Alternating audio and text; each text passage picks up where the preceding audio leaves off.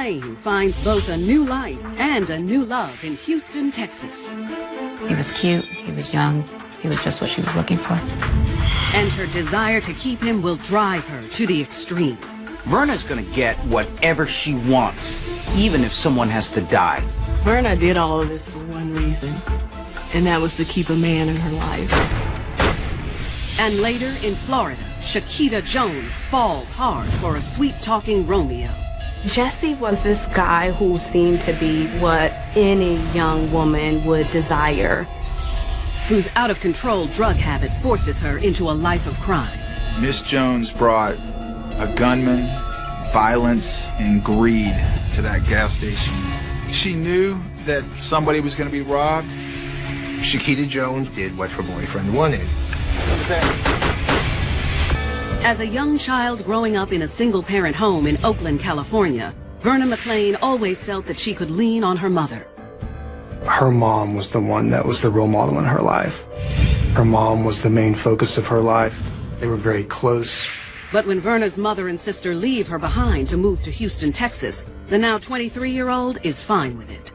She's fallen for a man named Theo McClain, who whisks her away to San Diego, where for the next 4 years, she splits her time between raising children and being a nurse. This woman was a nurse, so her job was to take care of people professionally, but she also took care of them personally, too. So certainly, this was someone who was giving, who was caring, who was a healer, really the salt of the earth. And now, several years later, the 27-year-old's patience is wearing thin. She was working over 60 hours a week. She worked in nursing homes. She worked in child care facilities. The people that she worked with, everybody had great things to say about her. But as much as Verna lives for taking care of people, her long hours are not born from a love of her job, but more out of necessity. Her husband did not have a job. She was the breadwinner for the family. She had 3 children. She was the only one responsible for the kids. Without a doubt, she was tired of doing all of that. One summer day, Verna reaches her breaking point and decides it's time for a change. I'm out of here. I can't live like this, and neither is my child. She tells her husband she's taking the kids to visit her mother and sister in Houston, Texas, and never looks back. Verna may have decided to move looking for a better life, moving to a new city where perhaps she could meet new people and find the love of her life. By all accounts, Verna was a very responsible person and a very nurturing person. When Verna moved to Texas, this was an opportunity to completely reinvent herself. After setting herself and her kids up in her mother's home, Verna lands a job with a home health care service. She ended up eventually working for a company that treated or cared for high-risk children. Once Verna is settled in Houston, the scenery isn't the only thing that changes. A new city means it's also time for a new Verna. Long gone is the plain Jane nurse who lived for others. You saw her become someone that she wasn't in San Diego. Makeup always done, hair always done. She started wearing wigs constantly. She became somebody she thought she wanted to be. This was an opportunity to reinvent herself, to be what she always had wanted to be. This exciting woman, known for her looks, known for her beauty. And so she did everything in her power to create that image. For the first time in her adult life, Verna isn't tied down to one man. So she plays the field with men she meets online, using them to fulfill her most basic desires. Perhaps one man provided what she needed sexually. Perhaps another man provided what she needed romantically. That allowed her to kind of become the Verna that she wanted to be. Verna is soul-searching. Her father wasn't there. Her own home was broken in that her husband wasn't there for her emotionally. This is a woman who is searching for validation. Despite her appetite for online dating, it's her work as a nurse that leads Verna to Andrew Manor, a handsome mama's boy with a heart of gold. Andrew's niece had a trach in her throat. She had a problem where Verna had to take care of her. Andrew was about 10 years younger than Verna. He was in his early 20s. Verna's job puts her in Andrew's home all day, every day, and it's hard for her not to get enveloped into the close-knit family. Andrew lived with his mom, lived with his brother. And that relationship kind of developed not only with Andrew, but with Andrew's mother. Almost immediately, Verna and Andrew take their attraction to the next level. Verna was attracted to Andrew because he was much younger, he was impressionable, he was a good guy, that he could be easily controlled by Verna, who was much more mature and knew the ways of the world. I think that what Verna saw in Andrew was someone who made her feel different than she felt when she was in San Diego, someone who made her feel more like a woman. Verna also has the love and approval of Andrew's mother. She's found stability. Things are going well with her family, things are going well with Andrew and his mother. They're showering her with affection. She feels special. She feels great. And she's not going to let anything come in the way of where she is right now, in the way of this happiness. Nothing. But having all of her needs met isn't enough for Verna. She's worried that she might lose Andrew to a more desirable woman, one who's closer to his own age. She needs to ensure Andrew will be in her life forever, so she decides to tell him she's carrying his child. I am pregnant. Andrew was very excited to be a father. He was happy about it. Speaks about pure emotion and desperation and doing whatever you have to do in order to keep your relationship alive. Verna may have known enough about Andrew to know that if she told him she was pregnant, that he would stick around. What Andrew doesn't know is that Verna is unable to give birth. After the birth of Verna's third child, she got her tubes tied. She couldn't be pregnant, but that didn't stop her from saying that she was pregnant. With a 9-month deadline in place, Verna must come up with a plan to ensure her future with the man she loves, or lose him forever. When I think about what Verna McClain did, it haunts me to this day. Verna was about to step out of her body for this man. It was scary what she did for him. Andrew was because she got her tubes tied. But Andrew starts talking marriage. Andrews was expecting to have a new son or daughter and was very excited about it. Here's a situation, he has a stable woman, stable relationship, and he has a child that's on the way. And so it was easy for him to feed into all of the lies he was being fed by Verna, even if they were ridiculous lies. He's also excited to share the news with the other woman in his life. Andrew's mom and Andrew, they were so excited that they were going to have a baby with her and be a dad and be a grandma. As the months progress, Verna continues to lie about her pregnancy, and Andrew and his mother fall for it hook, line, and sinker. Verna would have been able to pull this off because she's a nurse, so she knows what's involved in being pregnant, and she's also a mother. Verna had a heavier body build, so it would have made it easier for her to lie about the pregnancy. She doesn't tell her own family about Andrew, so that she doesn't have to worry about perpetuating the lie at home. It's obvious that Verna portrayed herself differently to different people, and certainly compartmentalized various aspects of her life. She just didn't want the worlds to collide. Around 3 months in, Verna's able to keep the deception going as far as Andrew is concerned. But as another woman who's given birth, fooling Andrew's mother isn't as easy. Verna's future mother-in-law was questioning Verna about why Andrew or Andrew's mother couldn't go to Verna's doctor's appointments related to the pregnancy. As she nears her fictitious second trimester, Verna tells Andrew and his mother that she's learned her pregnancy's at risk, and she must travel an hour southeast to Galveston to see a specialist. The latest ruse keeps them at bay for now. Andrew didn't have a car. He had no way to get down there. His mom worked at the post office and was working all the time.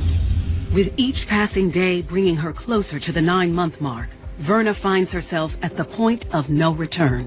It was easier for her at that point to just continue to say that I'm pregnant, and eventually she would figure something out. If Verna faked a miscarriage for Andrew, then she was afraid that she just might lose him forever. In addition to losing Andrew, she's also at risk for losing her job as a home care nurse. Verna has painted herself into a corner, and she sees only one way out. She knew that she had to produce a baby to show Andrew. The only thing that came into her mind was to kidnap a child. She comes up with a plan and sets it in motion. First, Verna comes up with a story to tell her own family, to explain why she may soon be coming home with a child. Her family believed at any moment that Verna could become an emergency foster parent for a foster child. And it made complete sense. Verna was a nurse. Verna took care of children. And so nobody really ever questioned it. Then, with only a week to go before the 9-month mark, Verna calls Andrew from her home in Houston to tell him she's in Galveston and has unexpectedly given birth to their child, knowing he will be unable to get down there right away. She started sending him pictures of different children on Facebook. He was getting photographs of kids that he thought was his own little baby. The photos do the trick, and Andrew promises to be patient until she and their child are discharged in a few days. The love and the adoration that Andrew and his mother gave to Verna because they believed she was pregnant only fed her ego and only kept the lie going. But Verna knows she's only bought herself so much time. She needs a baby, and she doesn't care who she has to harm to get one. She goes and gets a gun. She goes and gets the bullets. Verna did all of this for one reason, and that was to keep a man in her life. And later, in Lake City, South Carolina, Shaketa Jones puts her man's needs before her own, with fatal effect.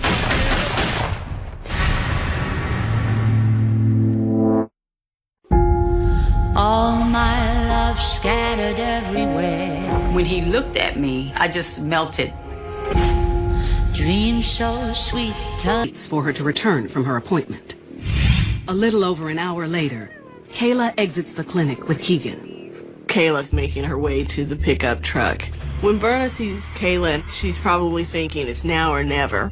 Verna rolled down the window, put her arm out. Kayla never saw Verna McClain. As Kayla's putting her child in the car seat, she's shot in the back 7 times. But despite being mortally wounded, Kayla's not giving up her baby without a fight. What you have is Verna taking baby Keegan, getting in the vehicle, and then Kayla kind of struggling with her, still trying to get the baby as she falls to the side. Verna speeds off and heads toward her sister's apartment. For Verna to kill Kayla in broad daylight and snatch that baby, it speaks about being totally emotional to the point of pure desperation. 911 is flooded with calls from eyewitnesses to the crime as bystanders rush to Kayla's side. Kayla was still alive when EMS responded and when law enforcement got there. What she was telling the paramedics, other first responders, was what her baby was wearing. Her main concern was getting her baby back. Kayla is loaded into an ambulance, but loses consciousness and slips away en route to the hospital. She died protecting her kid.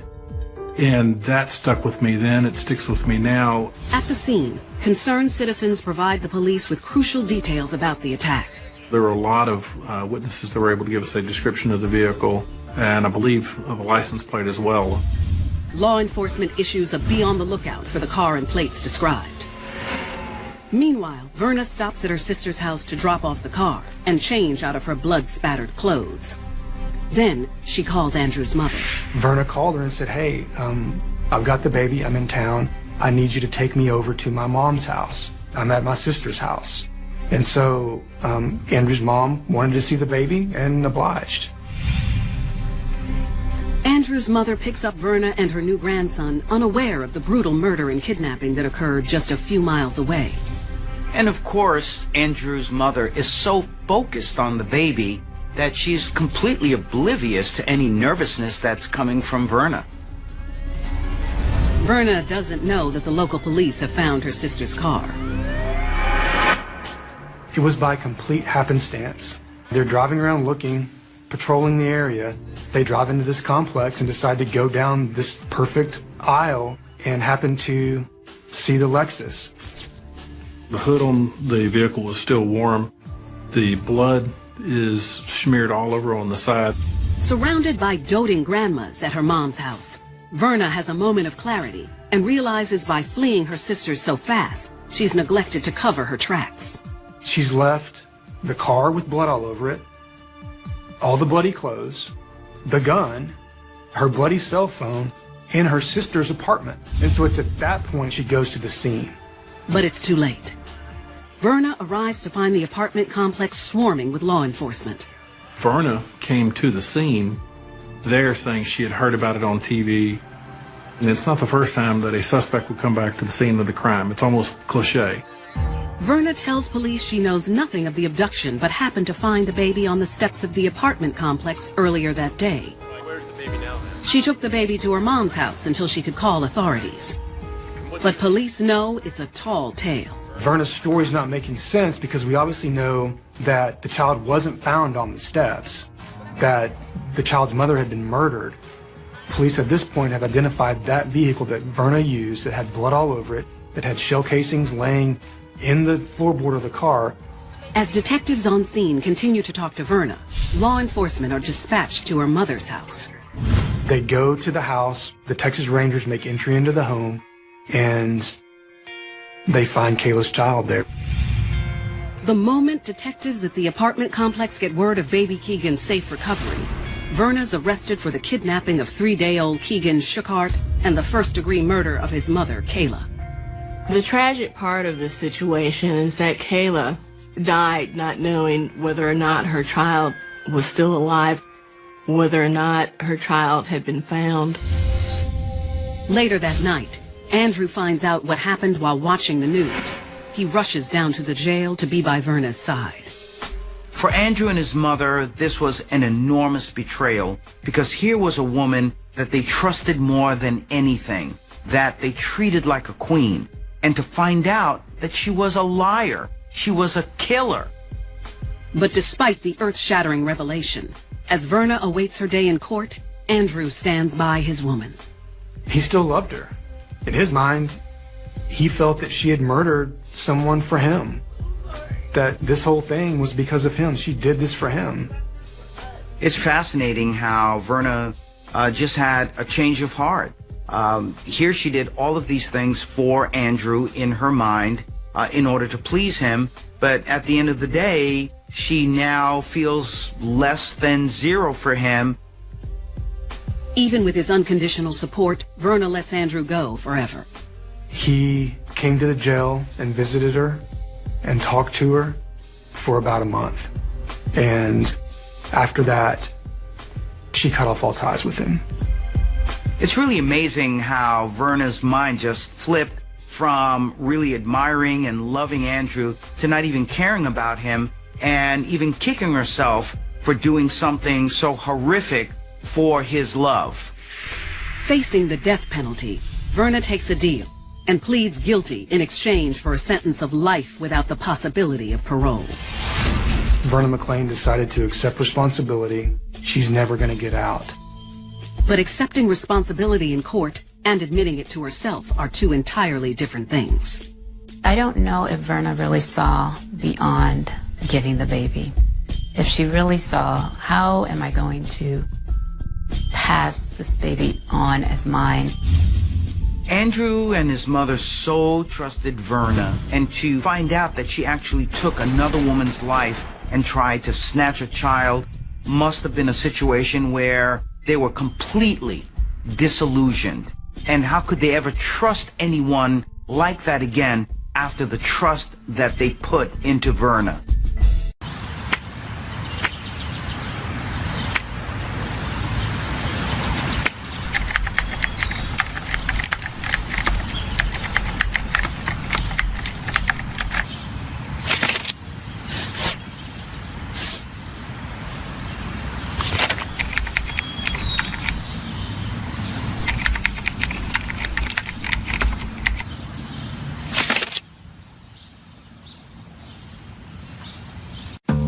Your glasses can change the way you see the world. They can be bold, polished, complex, or unexpected. Find your perfect pair at Warby Parker. Or Maybe your perspective is artful, simple, sharp, and classic. Find your perfect pair at Warby Parker, starting at $95, including prescription lenses.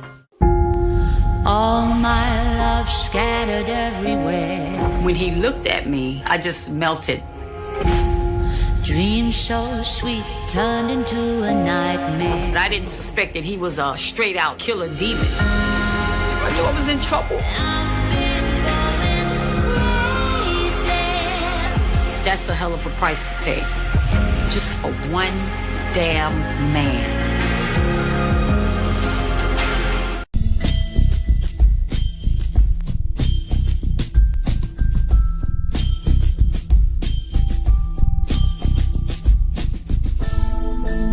Verna McClain was willing to do anything to keep her man, even if it meant taking someone else's life and kidnapping their baby.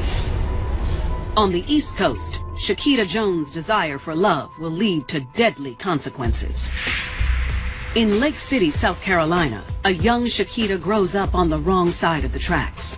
In that particular county where she was raised, you had neighborhoods that were really plagued with poverty and crime and things of that sort. The reality of her surroundings does not bring the young to That's a hell of a price to pay. Just for one damn man.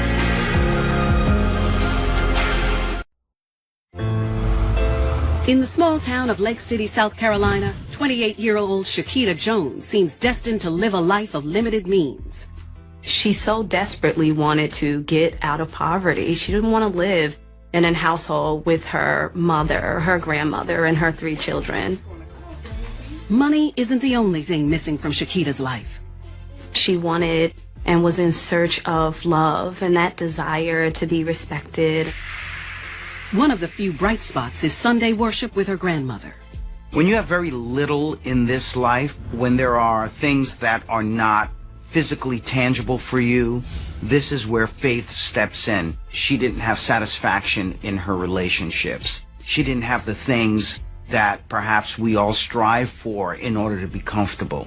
But one thing she had was her faith, and she showed that by attending church with her grandmother. And it's at church one day where Shaketa meets the handsome Jesse Cooper. He comes into the church. In her eyes, it was like love at first sight. He stood out, gold teeth, a beautiful smile. She's drawn into Jesse because he is the picture of success. He appears to be the guy that she always dreamt and fantasized about, the one who's going to lift her out of her poverty, out of her humdrum life, and carry her into the sunset with pure happiness. In town to visit his grandparents, Jesse tells Shaketa he's a hip-hop producer back in his hometown of Jacksonville, Florida. He claimed to be really high in the industry and working with numerous artists, and he had everything to prove that this was the case. Really long gold chains, nice sneakers, a really nice SUV with shiny rims. But what Shaketa doesn't know is that this choir boy carries a very dark tune. He's a cocaine user. Jesse Cooper had a long criminal history, and there was no evidence that he ever held a stable job. Jesse was dealing with Grand Theft Auto, and if you know about the video game, it's definitely not something that you want to play with. For the next month, Jesse turns on the charm, romancing Shaketa while keeping his drug habit and illicit money-making activities in check.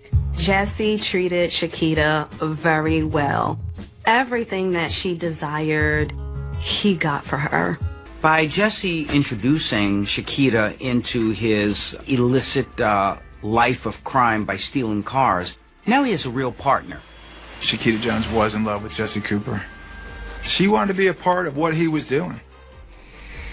The lovers are suspected of a string of thefts in a short amount of time, creating a mini crime wave in the Jacksonville area that does not go unnoticed by authorities. They're committing these crimes all in the same community. It's but so big.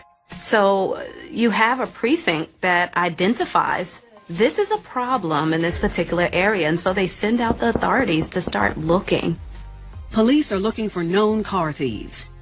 Due to a past conviction for grand theft auto, Jesse becomes a prime suspect and is brought in for questioning. Jesse is aware that the officers don't have anything on him. He's aware that he's going in for questioning, and therefore he gives them what they want, and they allowed him to go home. Jesse's been down this road before, so he knows what to do. For him, it's just about deny, deny, deny, deny. Because if they had something on him, they would have gotten him already. When Jesse finally goes home after the questioning, Shaketa's excited, of course, because she just wants her man at the end of the day. But it changes a lot for them in terms of the crimes that they're committing. Shaketa can't imagine life without Jesse, so she's willing to do whatever it takes to keep him out of the radar of law enforcement. With Jesse now on the police's radar, Shaketa thinks it's too risky for them to keep stealing cars. If you steal a car, you have to sell the car to someone who will give you cash, and someone who's also willing to take on a stolen car, knowing that, or change the license plate so you don't get arrested. Shaketa's using her brain, and she decides, maybe we need to change things up a bit. Shaketa suggests they should go for a straight cash grab by holding up a business. When Shaketa comes up with this plan, this is clear evidence to Jesse that she's fit for this lifestyle, that she's built for this. Jesse is all for it.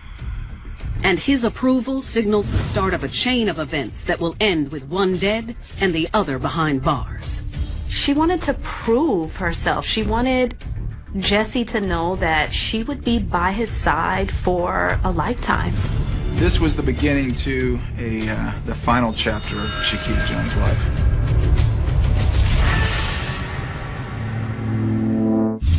In Jacksonville, Florida, 28-year-old mother of three, Shaketa Jones, has decided that the best way to support herself, her kids, and her boyfriend, Jesse Cooper, is to commit armed robbery. It's quick and easy in a way that stealing something else isn't. Shaketa realizes that if she doesn't get involved in this life of crime with Jesse, that she could lose him. She can lose this dream relationship. So in her mind, she has no choice. Shaketa proposes the two rob a gas station with a food mart. There's a lot more revenue that's coming there as opposed to a gas station where you're just coming in and pumping gas and leaving. And so she really had decided at that point that it was all about getting more and more money. Jesse convinces Shaketa the next step is for her to canvass the area, to find a gas station that looks busy enough to be worth the risk. Shaketa ends up being the eyes and the ears of the streets for Jesse. He valued her as a criminal conspirator. You need to trust the people you're committing crimes with. I don't know if he loved her or if he was just using her to commit crimes, but clearly he knew her well enough to know he could trust her. After driving around some of Jacksonville's busiest areas, Shaketa thinks she's found their target in a local gas station. This particular chain of gas stations is very big in Jacksonville, so I think they had a good idea that the money drop would be a large dollar figure. For the next several days, she stakes it out from a safe distance. Shaketa Jones was casing the Gate gas station, parking either in or near the store, and waiting for the manager to exit the store and then following him through his rounds until he got to the bank. From this particular location, Shaketa has a clear view of everything that's happening inside the gas station. But what Shaketa doesn't know is while she's been watching the gas station, someone else has been watching her. There had been a rash of recent robberies at this particular gas station chain, and that's why the sheriff's office was out there in the first place, surveilling the areas. Shaketa was so caught up in the robbery that she was planning that she didn't realize that she stuck out like a sore thumb. She was establishing a pattern in her trying to assess the situation, monitor the situation there. After 2 more days of monitoring activity in and around the gas station, Shaketa decides it's time. Because of the surveillances that Shaketa did, she's fully aware that the store manager leaves at 10 a.m. in order to go make this big deposit. While Shaketa sits in her vehicle across the street, Jesse parks in the gas station lot, out of sight from the mini-mart entrance. And at the particular time, it's about 9 a.m., which means that in 1 hour, the store manager will be leaving with all of that cash. Jesse Cooper would be in a position hidden from the front of the store, and she would communicate by phone as to when the manager was coming out. The plan was to walk up with a gun and rob the guy in the parking lot. When Shaketa finally sees the store manager coming out, she cues Jesse. Jesse hangs up the phone and makes his move as Shaketa watches on. He pulled a gun on him, demanded the money, and the employee handed it over to him. Give me the bread, bro. Everything seems to go off without a hitch. After the robbery, he returned to his car. He got in. But suddenly, 2 unmarked police cars pull into the gas station and block Jesse. The police cut him off. They got out of their car. They raised firearms to him, told him to put his hands up, and rather than put his hands up, he brought up a firearm.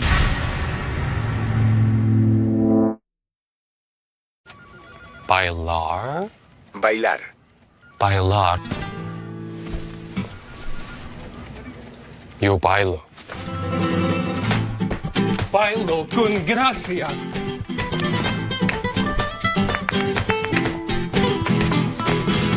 Bailo como si no hubiera una mañana.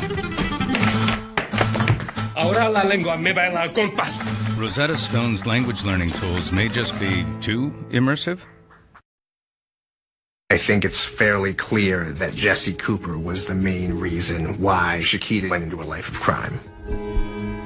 No one chooses to go into crime. You go into crime either because you're desperate or because you're following someone else.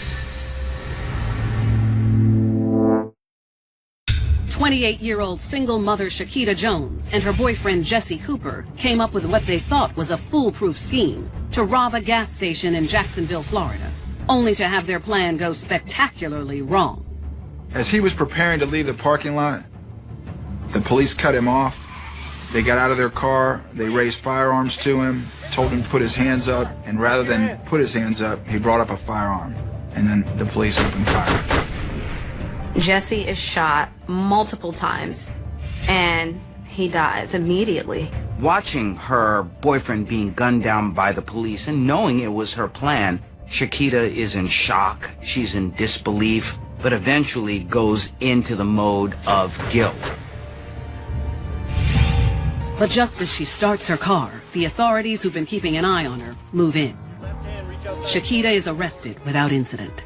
When it comes time to protect her own skin, that's exactly what she does. It becomes all about her and not about Jesse. At the police station, Shaketa pleads ignorance, claiming Jesse never told her he planned on robbing the gas station.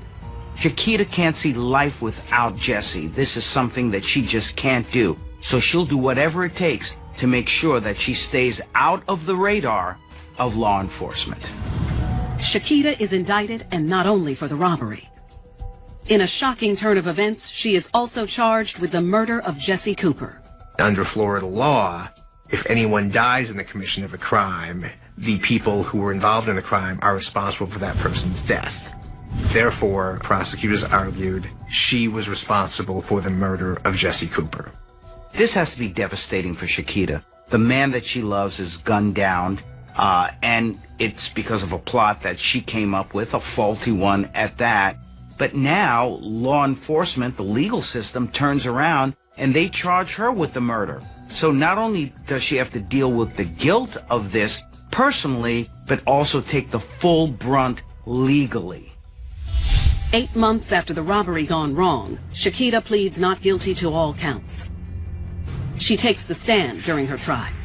And when questioned about a 53-minute phone conversation with Jesse in the minutes leading up to the robbery, she has an answer at the ready. She came up with an account that the reason that she and her boyfriend were on the phone was simply to have phone sex. Shaketa identified that she didn't even have a clue that he was across from her or at a gas station committing or doing anything. But with law enforcement tracking Shaketa's moves outside the gas station days before the robbery, The jury doesn't buy it. Shaketa Jones is found guilty of armed robbery and second-degree felony murder. She is sentenced to 35 years. What the court saw from her were excuses, no reasons, and a lack of sympathy for what she had done. She was responsible for someone's death.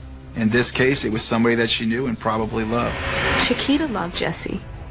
Jesse loved Shaketa. But it was built on lies, not on the side of Shaketa, but on the side of Jesse. And although the love was strong, it was a lie, and therefore it was bound to fail from the start. It was obviously a destructive love. We can sit here and say, what were you thinking? But she loved him, and she wanted to be with him, and she wanted to be part of his life. Unfortunately, that ended up destroying her own life. He ended up dying. She ended up being in prison, and now her life is virtually over. And the tragedy here is that her children, who are innocent, are now going to grow up without their mother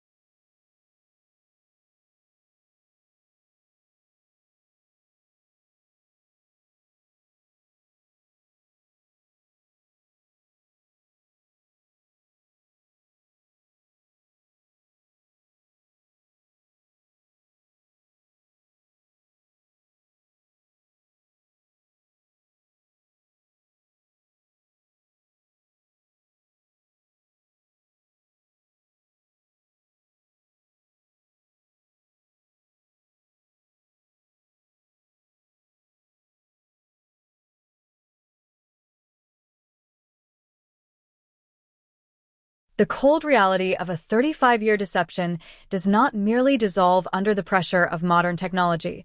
It cracks open like an old tomb, exposing a truth so grotesque it threatens to hollow out the very core of a peaceful suburban landscape. You are looking at a system that relies on the relentless accumulation of microscopic historical data, a clinical process where a single choice made in the dark hours of 1991 leaves behind a ghost that refuses to be buried. For decades, the case file remained frozen in the basement archives of the Riverdale precinct, labeled a structural failure, a haunting enigma that the community tried to forget behind locked doors, immaculate lawns, and the desperate pretense of safety. But when a team of specialized data analysts plugs a series of forgotten regional registries into an interconnected, multi-state algorithmic network in the opening months of 2026, the screen doesn't just display a historical correlation, it triggers a systemic shockwave. The digital net closes instantly around a name that represents the absolute definition of local civic virtue, a retired logistics coordinator, a devoted neighbor, and a trusted grandfather who spent half a lifetime sitting on his front porch on Elm Street, calmly watching the very world he had terrorized try to heal from the scars he left behind. Go back to the late autumn of 1991, an era when the valley town of Riverdale operated on a baseline of pure, insular security, a place where keys were left in car ignitions, where front doors remained unlocked through the humid summer nights, and where an unfamiliar vehicle on Main Street was noted by every shopkeeper before its tires could even clear the intersection. That innocence was executed with absolute, chilling finality over the course of 48 hours when a young high school student vanished from her own bedroom without a single sound, leaving an empty space that would paralyze the town for the next 35 years. The scene was a masterpiece of clean, predatory precision, completely devoid of traditional physical markers, no forced entry, no struggle, and only a single, jagged detail, a dropped silver locket resting on the dark hardwood floorboards, marking the precise microsecond where a normal, routine life was violently intercepted by a phantom who moved like smoke through the midnight fog, vanishing before the alarm could even be conceived. The early investigation was a chaotic, desperate scramble led by a rural sheriff's department completely unequipped to handle a technical abduction that defied all established criminal logic. They established massive roadblocks across the state highway, dragged the freezing waters of the Valley River Basin, and interviewed thousands of transient warehouse laborers, but every lead dissolved into an impenetrable wall of absolute silence. The frustration soon turned inward, transforming the community into a toxic landscape of mutual suspicion where neighbors stopped speaking over garden fences, families checked their locks 3 times before midnight, and every quiet bachelor on the block was evaluated through a lens of permanent, defensive hostility.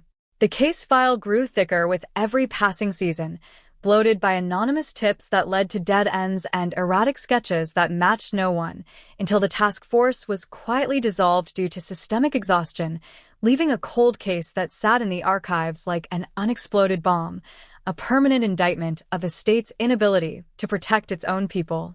For nearly 4 decades, Riverdale lived inside the shadow of this unresolved horror, building its modern identity on top of a subterranean layer of unresolved collective trauma.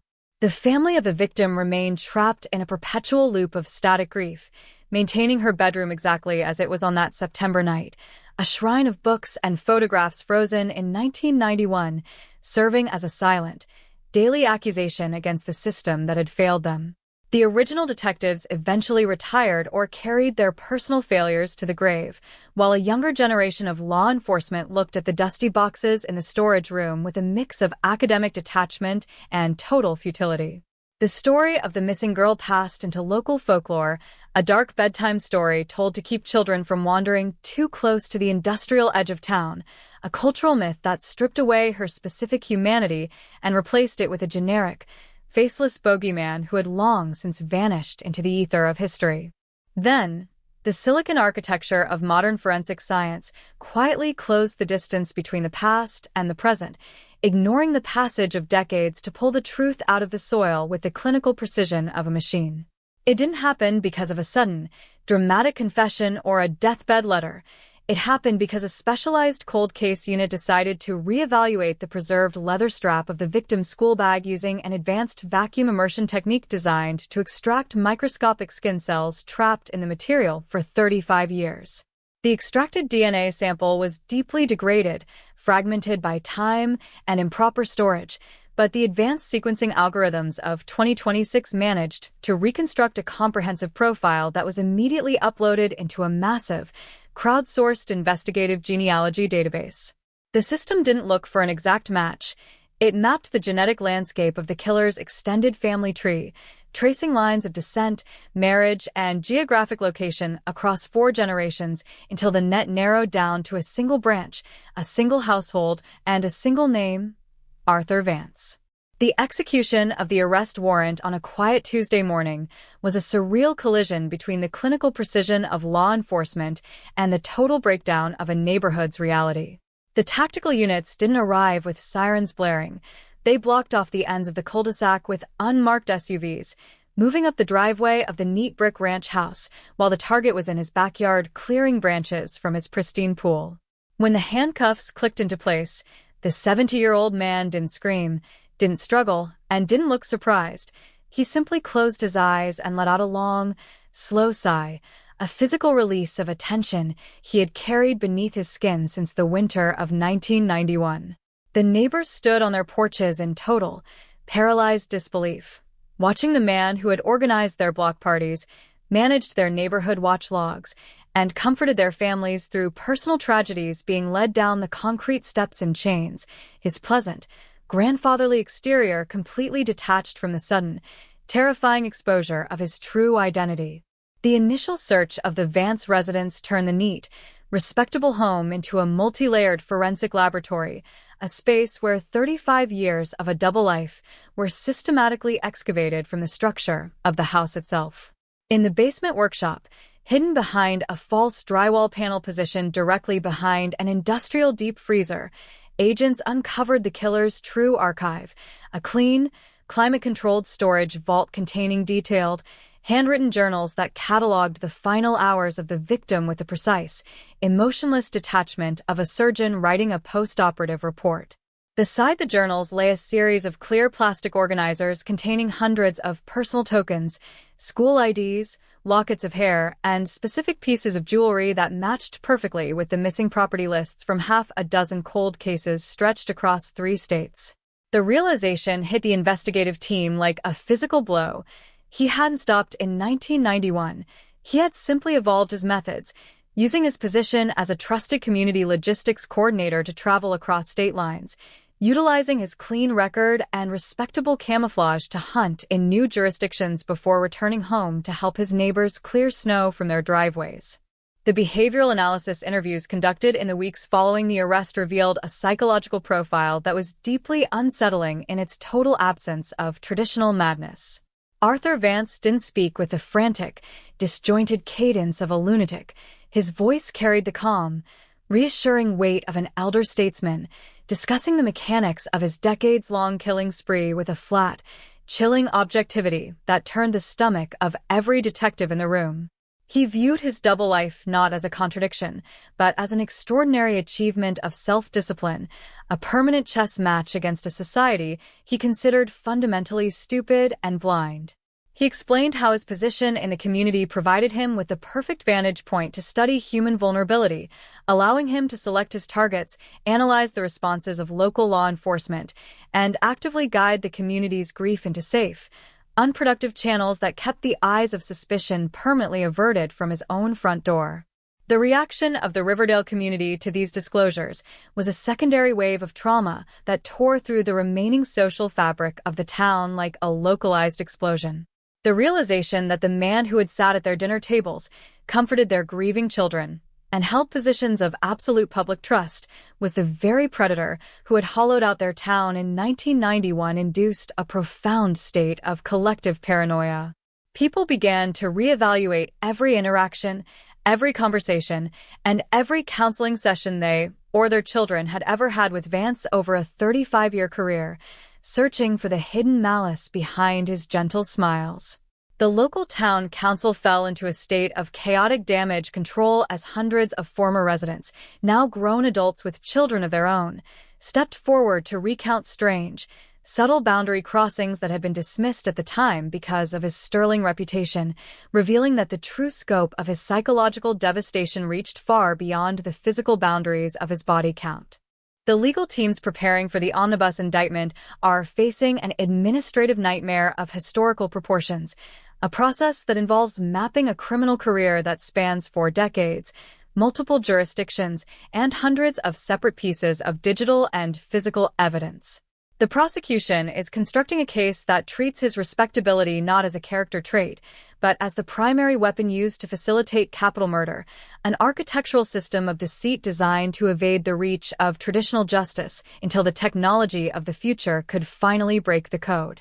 The defense is left with nothing but procedural motions, desperate attempts to challenge the chain of custody on 40-year-old evidence, and futile arguments regarding their client's advanced age and failing health, arguments that carry absolutely no weight in a courtroom filled with the aging siblings, parents, and children of the women he systematically erased from the world. The momentum of the voiceover hits a dawn-dap, rhythmic peak as the preliminary hearings begin in the county courthouse, an event that transforms the quiet valley town into the epicenter of an international media storm. The satellite trucks line the perimeter of the square, their glowing masts reaching into the dark spring sky, while hundreds of true crime reporters shout into microphones, trying to condense 35 years of horror, respectability, and digital genealogy into a 30-second soundbite. Inside the courtroom, the silence is thick, heavy, and absolute as the prosecution begins to read the contents of the hidden journals into the record, the cold, clinical words of the killer echoing off the high ceilings like a voice from the grave. Arthur Vance sits at the defense table, his face fixed in a mask of total, unyielding indifference, a man who has finally been stripped of his stolen skin, standing exposed in the harsh, unforgiving light of a truth that waited 35 years to finally claim its absolute and permanent due. The transition from the public theater of the courthouse to the deep, structural analysis of Vance's hunting patterns across the tri-state area reveals a level of administrative sophistication that kept him ahead of the law for a generation. As the digital units plot his travel history against unresolved disappearances from 1991 to 2015, the map lights up with a series of red clusters that match perfectly with the dates of his regional safety audits. He was an administrative ghost, traveling on corporate funds, using leased vehicles that were never logged by local police, and staying in mundane highway motels where his presence never raised a single red flag. He didn't use the dark, unlit alleys of fiction. He targeted transport hubs, commuter parking lots, and quiet rest stops along the interstate corridor, operating in the transient spaces where people vanish before their absence is even noted by their families. This was his true genius, the ability to exploit the gaps between local sheriff's departments who didn't share data, creating a multi-state network of death that remained entirely invisible until the central database finally linked the biological markers from that first scene to his family tree. The internal state of the municipal network where Vance spent his career is currently characterized by a profound, paralyzing sense of institutional guilt.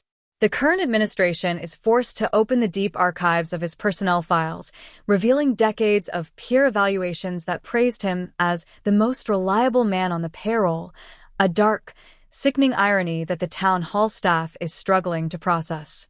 The break rooms, once places of casual gossip and local planning, have become silent spaces of defensive isolation, where civil servants look at one another with a lingering, unvoiced question: how did we sit next to him for 30 years and never smell the blood?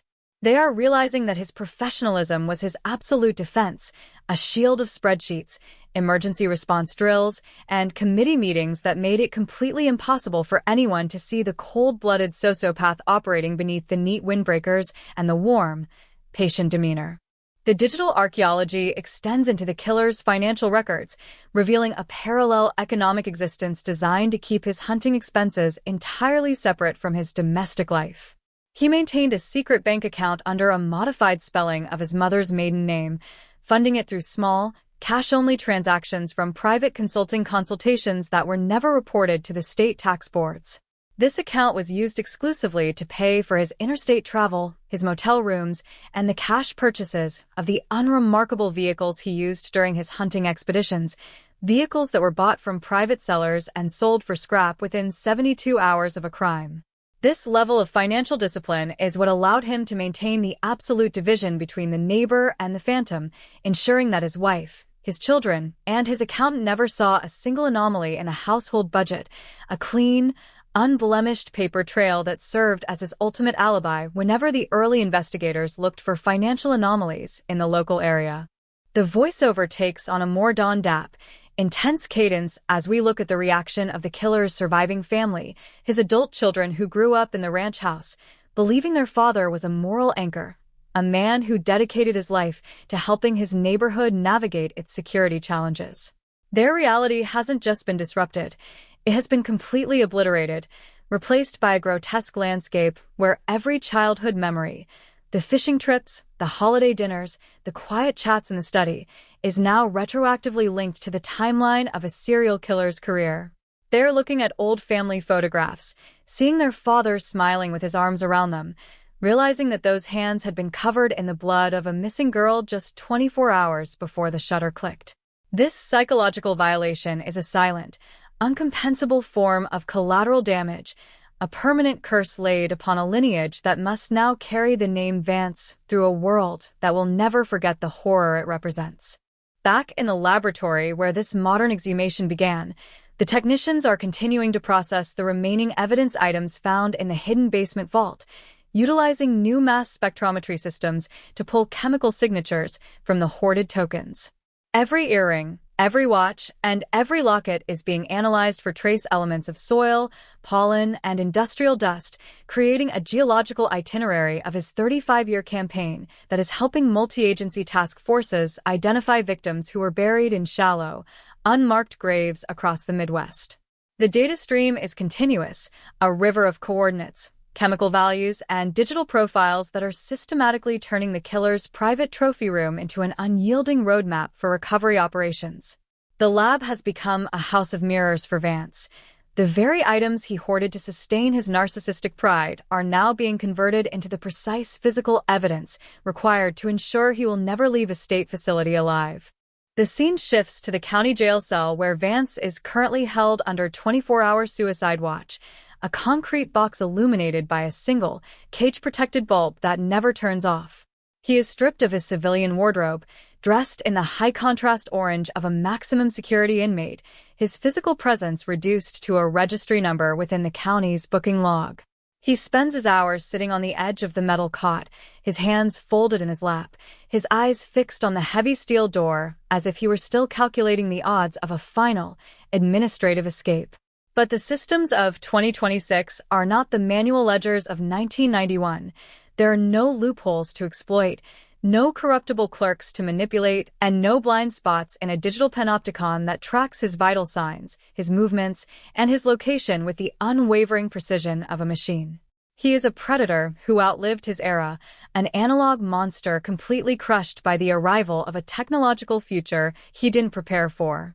The narrative deepens as we look at the impact of the reopened case files on the cold case units across the country, triggering a massive, systemic reevaluation of thousands of unsolved disappearances from the pre-digital era. The systematic application of familial DNA sequencing to long-stagnant evidence files is being adopted by federal mandate, turning every dusty evidence locker in the nation into a potential starting point for a historical reckoning. Law enforcement is realizing that the monsters of the 20th century didn't disappear because they grew old or died. Many of them simply retired into respectability, hiding inside the peace of suburban communities while the system's lack of technological integration acted as a permanent shield. The arrest of Arthur Vance has broken that shield forever, sending a clear, terrifying warning to every aging phantom still breathing the free air. Your camouflage is obsolete. Your identity is searchable, and your past is currently being reconstructed by a machine that doesn't care about your clean record or your polite smiles. The voiceover hits a Don Nap peak as the winter of 2026 turns into a cold, biting spring, bringing with it the exact same weather patterns that define the night of the first disappearance in 1991. The rain falls in relentless, silver sheets over the valley town of Riverdale, turning the asphalt of the main street into a dark, reflective mirror that catches the flashing blue lights of the police cruisers still parked outside the Vance residence. The town is no longer holding its breath. The mystery is gone, replaced by a hard, heavy, and devastating clarity that has permanently altered the geography of their home. The local safety council has removed his name from every archive, his photo has been purged from the municipal records, and his house is being prepared for demolition under a city order that refuses to let the structure remain as a monument to a monster's double life. They are tearing down the illusion of their past, piece by brick, house by house, choosing to live in the raw, painful reality of the truth rather than the comforting lies of their long silence. The final scene focuses on the sister of the first victim, now an elderly woman who has spent 35 years walking the tree-line of the valley fields, looking for an answer that the town refused to give up. She sits on the porch of her small home, watching the rain hit the pavement, holding a copy of the morning newspaper with Vance's real face on the front page. She doesn't look happy. There is no joy in the resolution of a nightmare that stole her youth and broke her family's heart. But there is a clean, unyielding peace in her eyes, the dignity of a survivor who has outlasted both the killer's luck and the state's incompetence. She knows that the truth didn't fix her life, didn't bring her sister back, and didn't erase the memory of the cold winters. But it did something simpler, something absolutely necessary. It stripped the monster of his victory, ensuring that when the history of Riverdale is written, his name will be recorded not as a neighbor or a friend, but as a ghost that was finally captured by the light, leaving the town to finally, truly, take its first breath in 35 long, agonizing years.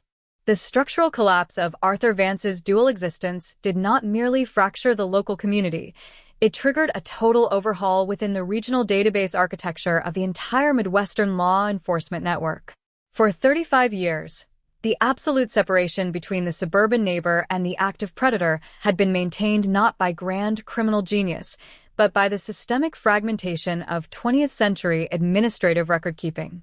When the digital units began their deep dive into the historical telemetry of Vance's movements, they discovered that his primary shield was the border. He had weaponized the simple geographical boundaries between county sheriffs and state police departments, operating in a tactical blind spot where a missing persons report filed in one jurisdiction would never be cross-referenced with a vehicle log filed 50 miles away in another. He was a creature who lived in the seams of the system, a ghost who understood that if you move fluidly across administrative lines, the paper trail becomes too tangled for any single investigator to follow before the scent goes entirely cold. As the state crime analysts plotted the physical coordinates extracted from the hidden basement journals, the true, multi-decade geography of his campaign began to illuminate the monitors with terrifying clarity. The map of his crimes was an exact, chilling mirror of the state's interstate highway expansion from 1991 to 2015. Vance had not restricted his activities to the immediate perimeter of Riverdale. He had used his clean record to secure positions as a regional auditor for logistics conglomerates, a role that required constant, unquestioned travel across 3 states. He drove corporate vehicle leases that were updated every 12 months, a moving platform of death that never left a single footprint in local registration databases.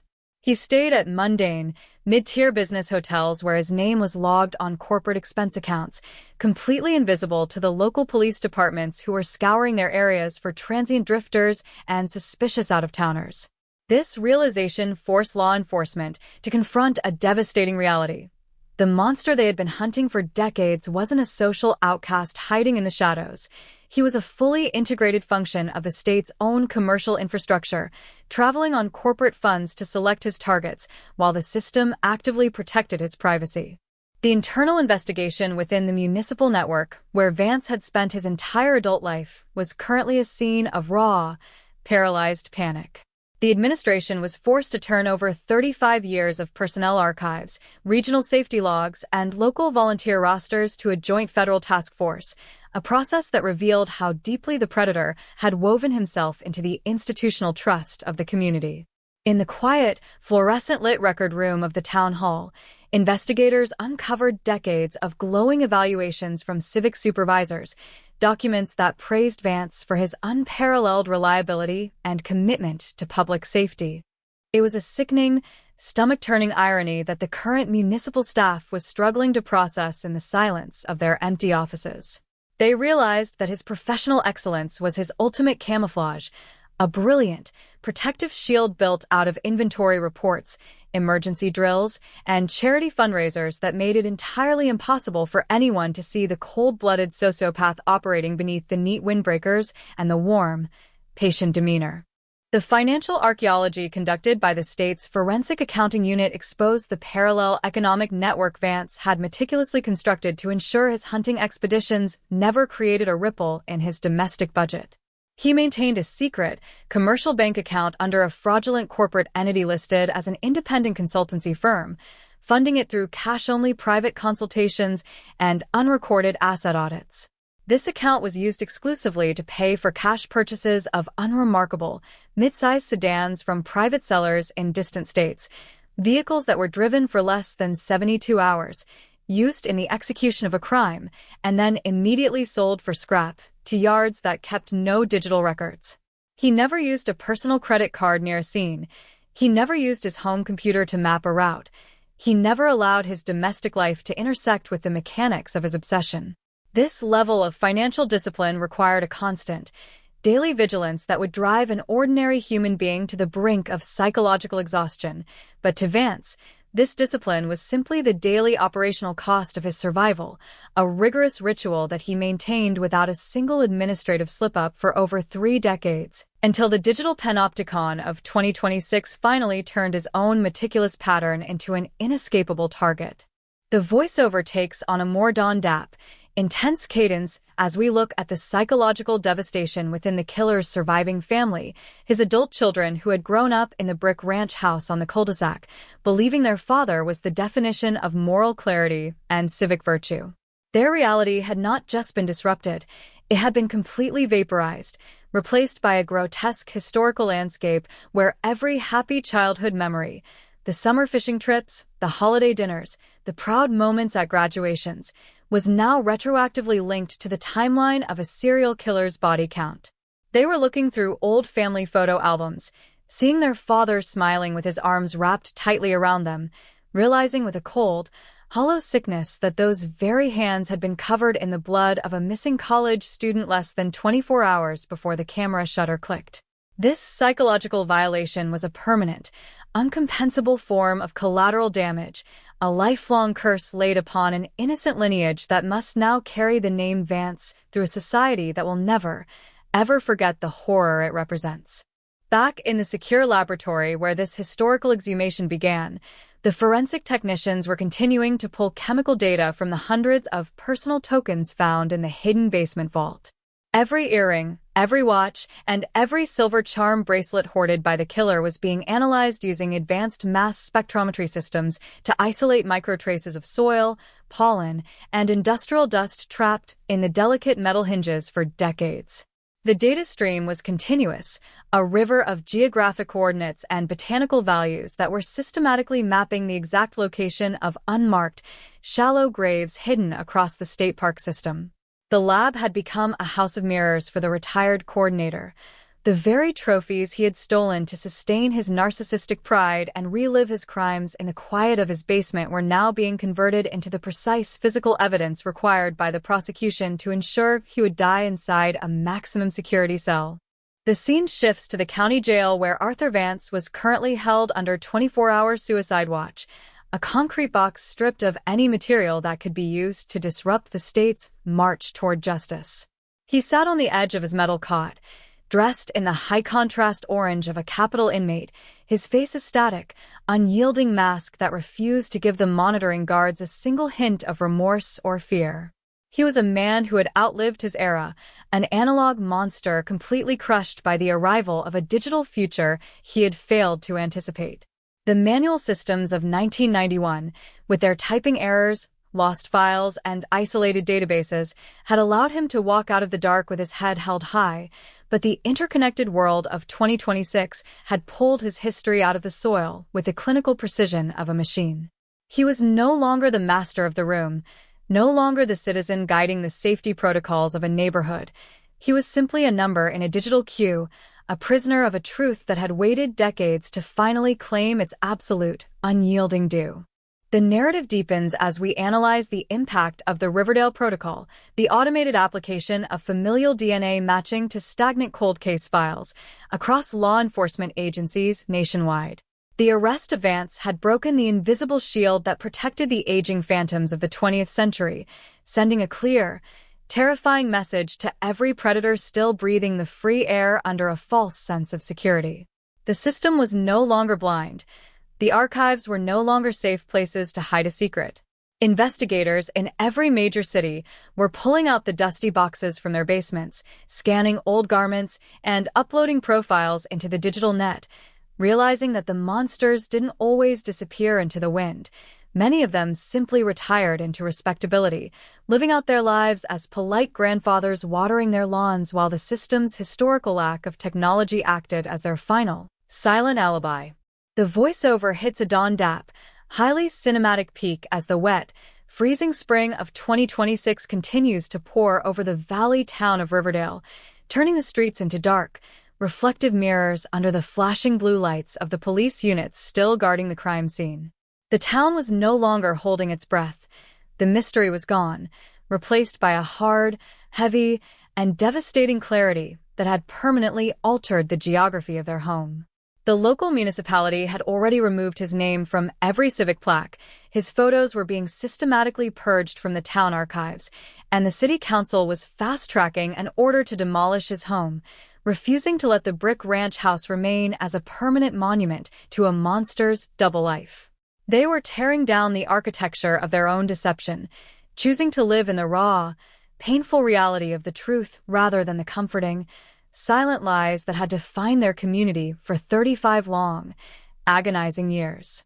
The clinical deconstruction of Arthur Vance's technological network shifts from the regional database architecture straight into the high-security cyberforensics command post at the state capitol. For decades, the public believed that high-profile fugitives survived by adopting complex physical disguises, moving to distant territories, or severing all connections with the modern grid. But the data recovered from the Elm Street bungalow exposes a far more calculated reality. Vance survived by integrating himself flawlessly into the digital evolution of the 21st century, converting the tools of consumer tracking into an early warning defense system. When the high-technology crime unit began parsing the contents of the hidden server found behind the false basement drywall, they didn't encounter the disorganized digital clutter of an aging retiree. They uncovered a pristine, systematically indexed counter-surveillance network that mirrored the state's own investigative tracking matrices, proving that for 35 years, the killer wasn't just running from the law, he was actively auditing its limitations. To understand the terrifying sophistication of Vance's parallel existence, you have to look at the precise mechanics of how he managed his risk profile during the rapid technological shifts of the late 1990s and early 2000s. When the justice system transitioned from manual paper files into centralized electronic records, Vance didn't retreat into the analog shadows. He understood that complete absolute invisibility in a modern surveillance state is an immediate statistical red flag, an anomaly that draws the attention of federal tracking algorithms. Instead of deleting his data footprint, he meticulously curated a digital persona engineered to be completely, unforgettably unremarkable. He established consumer loyalty accounts, utilized automated credit card billing for routine household utilities, and maintained a low-frequency, highly predictable social media presence that featured mundane photographs of his lawn, his home workshop upgrades, and his local neighborhood watch volunteer meetings. He weaponized the concept of the digital average, ensuring that any data mining program scanning the regional populace for anomalous behavioral patterns would slide right past his registry, categorizing him as nothing more than a baseline citizen living a quiet, low-frequency retirement. But beneath this top-tier layer of domestic respectability sat a dark, parallel data infrastructure that he accessed with the cold, calculated discipline of an intelligence operative. The forensic units tracing his home network routing protocols discovered that Vance was an early adopter of advanced virtual private networks and onion routing technologies long before they became localized consumer products. Operating from a rotating circuit of public Wi-Fi access points located in distant commercial centers, he would access public court dockets, municipal police blotters, and true crime forums across 5 states. He wasn't looking for entertainment or validation. He was conducting high-level counter-surveillance. He monitored the status of every unresolved abduction within a 500-mile radius of the valley, tracking the promotions of new cold case detectives, the implementation of new regional forensic laboratories, and the legislative changes regarding DNA database retention policies. He was constantly testing the perimeter of the justice system, reading academic white papers on genetic sequencing and forensic anthropology to ensure his operational security remained years ahead of the technology available to the local sheriff's departments. The narrative darkens exponentially when the analytical software processes the time-stamped log files of his automated alerts, exposing a level of narcissistic coldness that turns the stomachs of the investigative task force. Every time a local newspaper or an amateur sleuth posted an update regarding the 1991 Riverdale disappearance, Vance's automated web scrapers would capture the text, filter it for keywords related to physical evidence or familial DNA tracking, and archive it into a secure, locally hosted directory labeled External Metrics Analysis. He was a digital voyeur to the ongoing, intergenerational trauma of the community, sitting in his comfortable leather recliner, sipping coffee and watching the families of his victims plead with the public for answers on the late-night news broadcasts. He used their grief as an operational safety metric. As long as the public narrative remained focused on the mythical Phantom of the Fields or a generic, traveling drifter, he knew his domestic camouflage was structurally intact. The realization that their decades of agonizing uncertainty were being actively monitored, analyzed, and used as a security benchmark by the very man who managed their Blockwatch logs has left the surviving townspeople paralyzed with a mixture of horror and pure, unadulterated fury. The voiceover takes on a more dap, rhythmic intensity as we look at the physical mechanics of his multi-jurisdictional travelogues from 1992 to 2015, a timeline that is currently being cross-referenced with every unresolved abduction along the Midwestern Interstate Corridor. The state police analysts have constructed a massive, 3-dimensional temporal matrix on the squad room wall, mapping Vance's confirmed logistical consulting trips against a secondary layer of unclassified cold cases. The correlation is not a statistical anomaly. It is an ironclad blueprint of an active, highly disciplined multi-state serial predator. Whenever a manufacturing conglomerate hosted a regional conference on inventory safety or emergency logistics in Ohio, Indiana, or Illinois, Vance would volunteer to lead the audit team, his travel expenses authorized by corporate funds, his itinerary logged with the absolute precision of a senior administrator. He would drive a corporate vehicle lease, a neutral asset that was meticulously washed, vacuumed, and chemically detailed within 3 hours of his return to Elm Street, erasing any microscopic traces of soil, fiber, or biological material before it could ever be noticed by his family. The data streaming from his secret financial accounts during these regional trips reveals the exact blueprint of how he executed his crimes without ever leaving a trace in the consumer transaction system. He maintained a strict operational protocol whenever he crossed county lines. He would deactivate his personal cellular telephone 70 miles outside of Riverdale, pulling the battery from the chassis to prevent the device from logging passive location pings with regional cellular towers. He traveled exclusively with large reserves of cash, currency that he systematically accumulated over months by making small, unnoticeable withdrawals from ATM terminals near regional shopping malls. He paid for his fuel, his meals, and his highway tolls in cash, refusing to interact with any automated transaction machines that used primitive video surveillance logic. He would check into his conference hotels using his real identification, establishing a solid, institutional alibi for his presence in the city, but during the dark hours between midnight and dawn, while his colleagues were asleep, he would slip out of the side doors of the motel, completely invisible to the static, unmonitored security architectures of the late 20th century. The Behavioral Analysis Unit reviewing the transcripts of his initial search warrants discovered that Vance's domestic environment was constructed around the concept of structural denial. In the main living areas of the brick ranch house, there was absolutely no evidence of his dark obsession. There were no hidden compartments in the kitchen, no strange books on his shelves, and no anomalies in his household files. He had trained his mind to compartmentalize his reality so perfectly that he could transition from the brutal mechanics of an abduction to the domestic routines of a family man without a single visible shift in his emotional state. His wife, who passed away in the winter of 2022 after a long battle with a degenerative illness, had spent decades living with a man who was a model provider, a patient caretaker, and a pillar of the local civic associations. The investigators realized that this was his greatest achievement, not just fooling the police, but creating a domestic reality so pristine, so normal, and so profoundly boring that it acted as an absolute buffer against any external suspicion. If a detective had ever knocked on his door in 1995 to ask a routine question about the park disappearances, the sheer respectability of his home would have cleared him before he even opened his mouth. But the digital archaeology conducted on his hidden server has completely exploded this illusion of innocence, revealing that the killer kept a meticulous, double-layered set of books inside the secure partition of his hard drives. The files were protected by an advanced, multi-character cryptographic key that took federal decryption clusters weeks to shatter. When the data directories finally expanded on the laboratory monitors, the agents were confronted by a digital trophy room that was far more comprehensive than the physical artifacts found behind the drywall. Vance had utilized a flatbed scanner to digitize every piece of personal documentation he had stolen from his victims. High-resolution images of student identification cards, handwritten letters, and family photographs were neatly organized into subfolders labeled with the initials of the victims and the specific dates of their disappearances.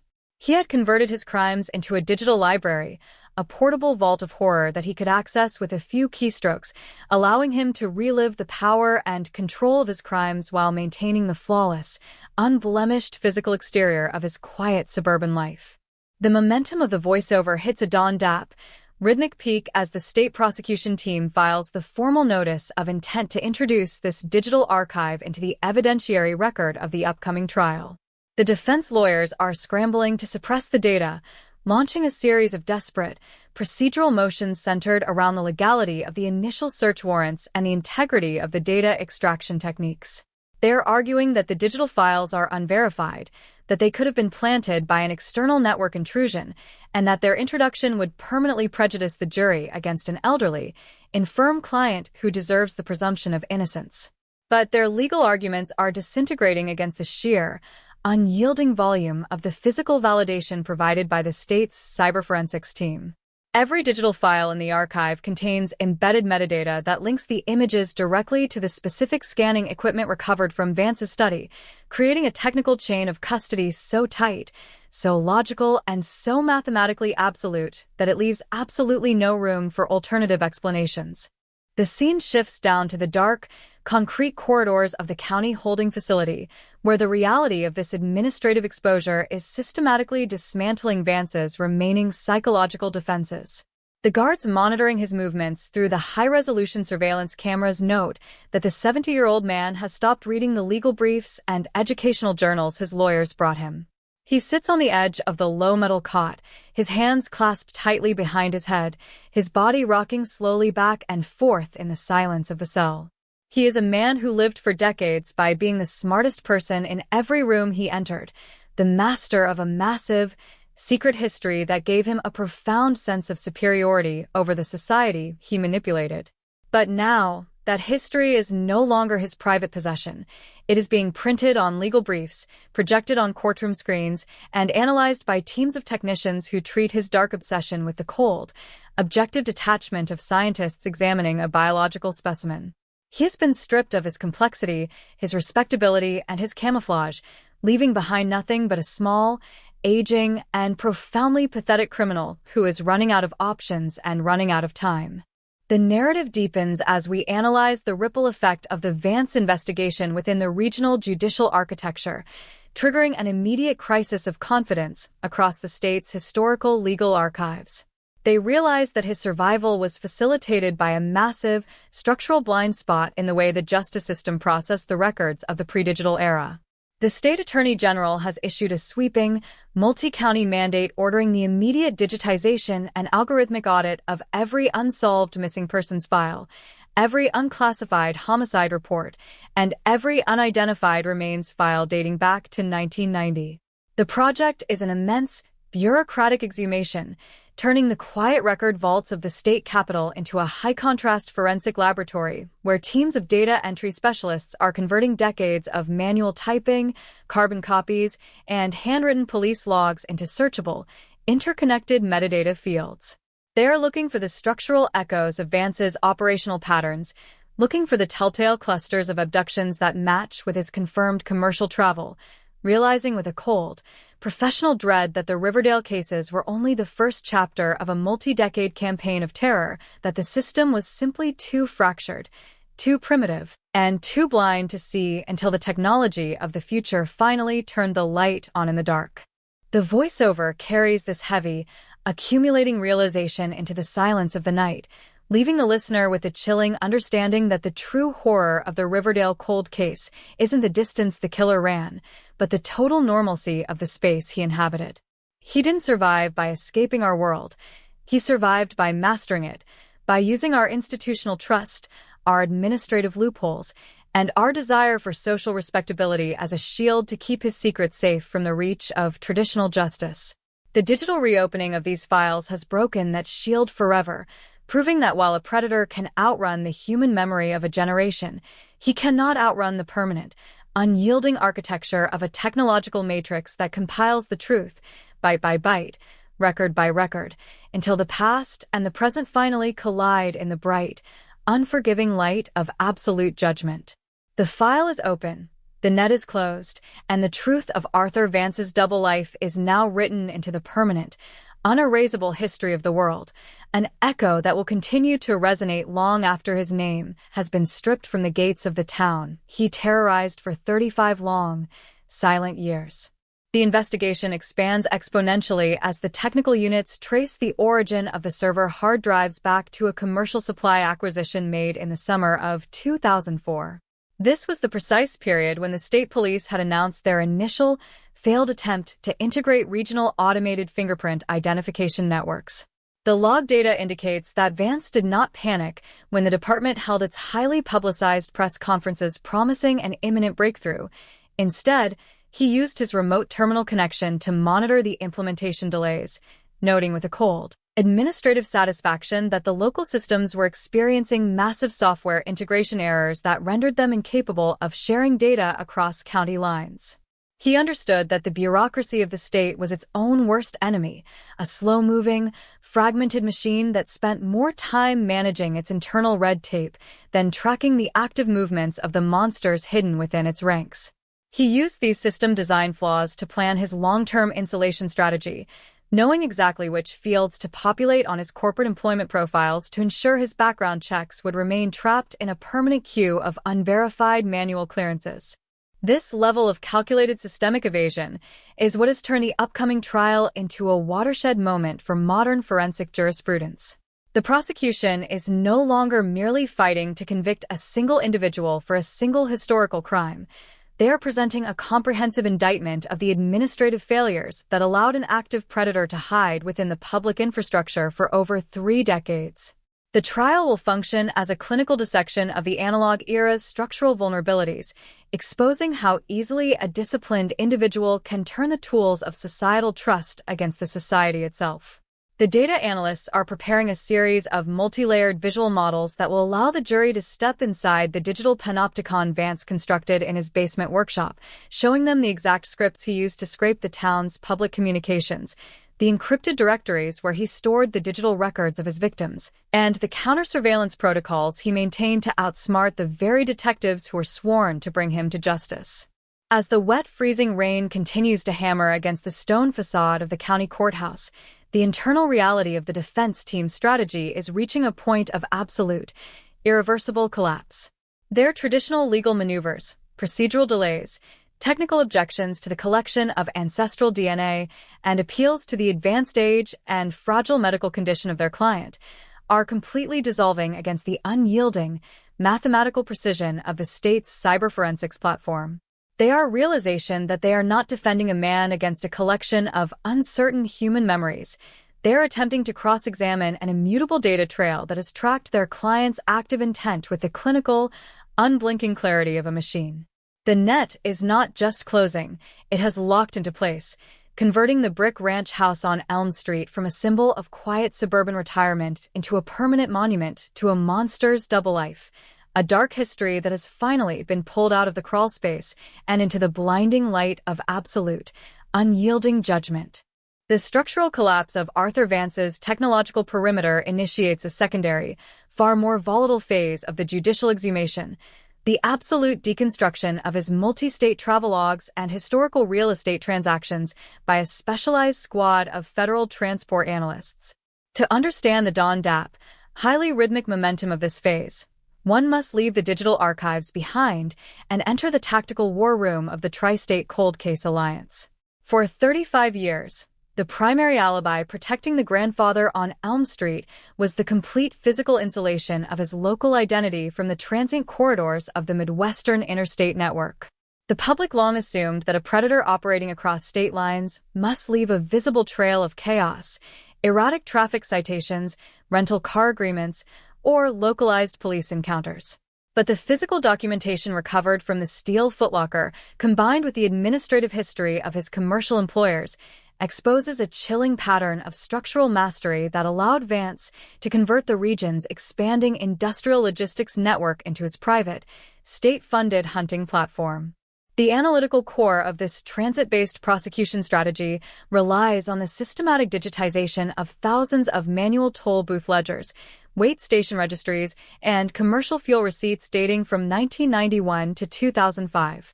In the pre-digital era, before automated license plate readers and centralized transponder tracking loops blanketed the national highway infrastructure, the collection of transit data was a deeply fractured, analog process. Millions of carbon copy receipts were filed in unindexed cardboard boxes across dozens of independent municipal transit authorities, creating a massive ocean of paper that no human task force could ever hope to manually sort or analyze. But when the state prosecution team deployed an advanced optical character recognition pipeline to process these forgotten archives in the opening months of 2026, the machine didn't just digitize the past, it connected the dots with the cold, unyielding precision of an automated net. When the tracking algorithms executed a multivariable scan matching Vance's confirmed corporate field audits against the exact times and locations of unresolved disappearances along the interstate corridors, the visualization monitors illuminated with a terrifying series of geographic spikes. The data proved that Vance was not a static resident of the valley who occasionally ventured into the dark. He was an active, high-frequency traveler who utilized his position as an independent inventory consultant to map the systemic vulnerabilities of the entire Midwestern transit network. He deliberately selected consulting contracts with manufacturing firms situated immediately adjacent to major highway intersections, utilizing his corporate credentials to justify his presence in industrial zones during the late-night hours when human traffic was minimized and security architectures were entirely dependent on primitive, analog watchmen. The voiceover takes on a more Dawn Dap, intense cadence as the narrative transitions to the internal administrative mechanics of the corporate entities that unknowingly funded Vance's predatory career for over 2 decades. A joint federal grand jury has issued a series of sweeping subpoenas targeting the historical operational ledgers of 3 dissolved logistics conglomerates where Vance had held senior auditing positions during the 1990s. The exhumation of these corporate files revealed a dark, stomach-turning operational strategy. Vance had systematically volunteered for the assignments that his colleagues considered the most tedious and remote: the midnight inventory audits of rural parts distribution centers, the weekend compliance inspections of cross-dock facilities, and the emergency rerouting of delayed freight shipments during major winter storms. He weaponized his reputation as a tireless, uncomplaining corporate workhorse to ensure that his official corporate itinerary placed him exactly where he wanted to be, transforming his employer's travel budget into an absolute logistical shield that absorbed his expenses, provided his fuel, and verified his location with the absolute authority of an institutional record. The technical data streaming from his corporate vehicle lease histories exposes the clinical precision with which he managed his physical footprint before returning to the pristine normalcy of Elm Street. The prosecution has recovered the vehicle tracking logs from a fleet management company that serviced his employers in the late 1990s, documents that recorded the exact mileage of his assigned mid-sized American sedans at the beginning and end of every billing cycle. When the analysts matched the physical odometer readings against the authorized distances listed on his travel vouchers, they uncovered a consistent, unrecorded discrepancy of approximately 70 to 100 miles per trip, a silent, unaccounted margin of movement that precisely mirrored the distance between his authorized hotel rooms and the isolated rest stops where his victims were last seen alive. He was slipping out of his professional identity during the dark hours between midnight and dawn, driving his leased assets into the unmonitored seams of the highway network, executing his active surveillance loops, and returning to his hotel to log his morning corporate check-ins without ever triggering an internal mileage audit. Meanwhile, inside the State Crime Laboratory's high-contrast forensic imaging division, the analysis of the vehicle components recovered from regional salvage yards has reached a definitive breakthrough. Utilizing historical registration records, the task force managed to locate two of the retired mid-sized sedans that Vance had personally leased and operated during the peak years of his campaign in the late 1990s, vehicles that had been sold to commercial scrap yards and preserved in static storage deep within the industrial perimeter of the state. Although the mechanical elements of the cars had been stripped long ago, the structural interior panels, the trunk linings, and the deep floorboard carpets remained intact, protected from the elements by the heavy steel shells of the surrounding wreckage. The forensic extraction teams deployed high-intensity vacuum systems and advanced laser spectrographs to analyze the deep fibers of the trunks, searching for the microscopic historical debris that his cleaning routines had failed to dislodge. The data returned from the spectrographic scans provided the prosecution with an ironclad, environmental indictment that permanently dissolves the defense's ability to challenge the mechanical link between the suspect and the scenes of his crimes. Within the microscopic weave of the trunk carpet fibers, the laboratory technicians isolated ancient layers of specialized agricultural limestone dust, trace elements of high-tensile industrial packaging straps, and unique botanical pollen grains that matched perfectly with the environmental profile of the Riverdale drainage canals as they existed during the third week of September 1991. The physical evidence was an environmental time capsule, a silent record of material contact that had remained trapped in the dark of the vehicle's chassis for over 3 decades, surviving the passage of time, the change of owners, and the slow degradation of the manual era to provide the modern courts with a mathematically absolute link to the killer's operational reality. The Behavioral Analysis Unit reviewing the transcription logs of his ongoing medical and psychological evaluations has noted a profound shift in the way Vance interacts with the clinical staff at the state facility. He has entirely dropped the gentle, grandmotherly neighbor persona that he used to navigate the social architecture of Elm Street for 35 years. He now speaks with the sharp, clinical authority of an aging operations manager who views his impending trial not as a moral judgment, but as a technical debate over data integrity. When the psychologists press him on the choices he made to protect his family from the knowledge of his crimes, he describes his domestic routines with a cold, terrifying lack of emotional distortion, explaining that he viewed his wife, his children, and his neighbors as essential components of his systemic insulation, a living buffer zone of normalcy that made it impossible for the primitive law enforcement networks of the 20th century to ever imagine him as a multi-state serial predator. The legal strategy of the defense team has retreated into a desperate, high-volume campaign of procedural obstruction designed to fracture the structural integrity of the state's digital timeline.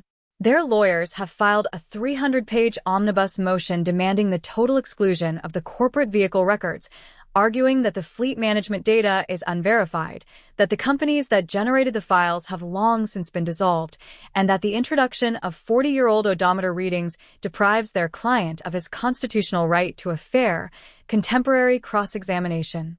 They are attempting to frame the state's algorithmic correlation models as a form of electronic witchcraft, a speculative exercise that manufactures guilt out of random statistical noise to destroy the reputation of an elderly, fragile citizen who spent his retirement participating in the civic life of the valley.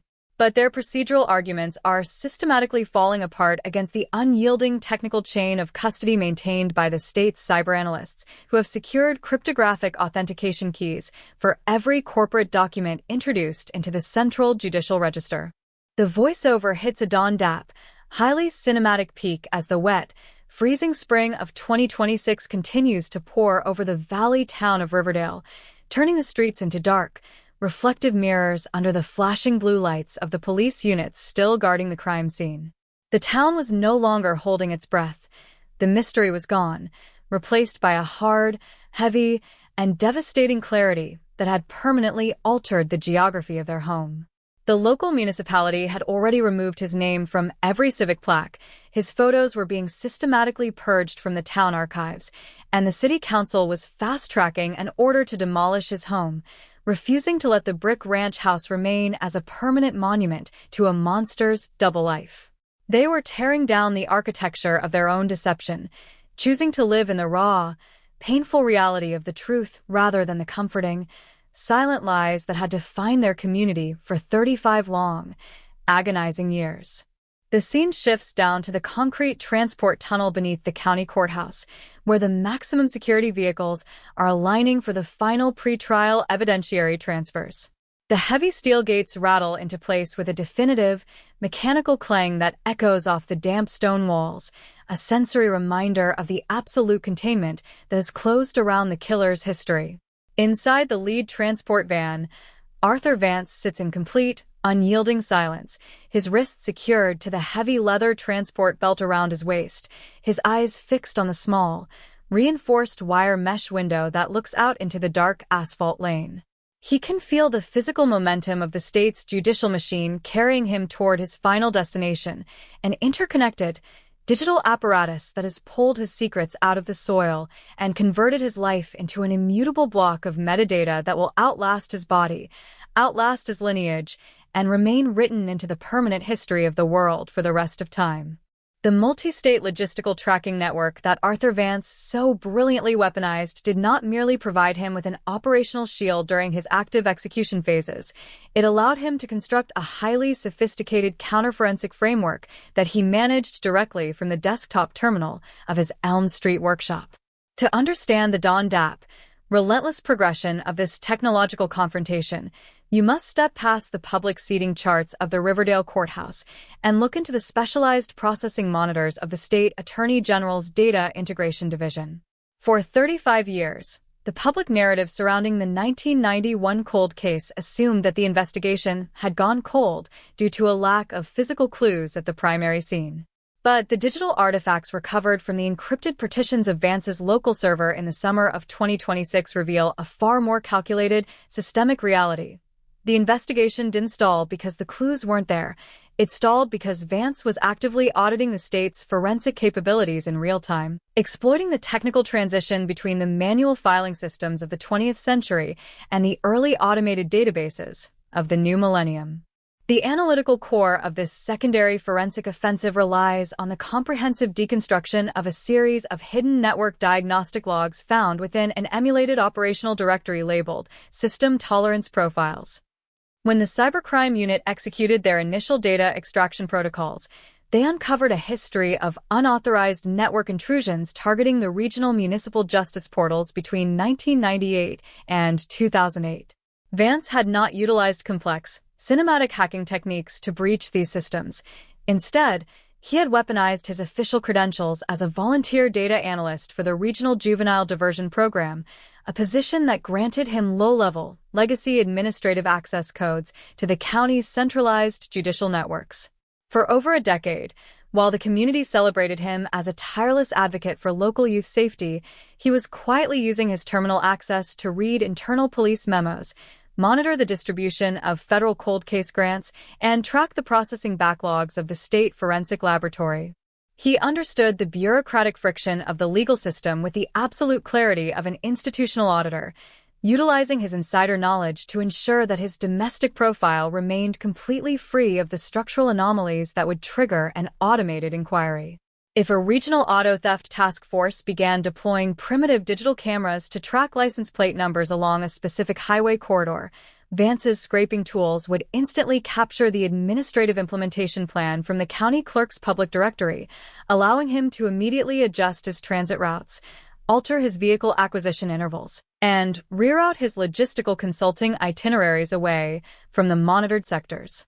He was treating the justice system not as an active adversary, but as a slow-moving, predictable technological grid, a machine whose scanning tolerances could be measured, calculated, and bypassed with a standard expenditure of administrative discipline. The voiceover takes on a more dap, intense cadence as the narrative transitions to the internal structural breakdown of the Riverdale Municipal Records Vault, where the Joint Federal Task Force is currently conducting an emergency historical audit of Vance's volunteer activities.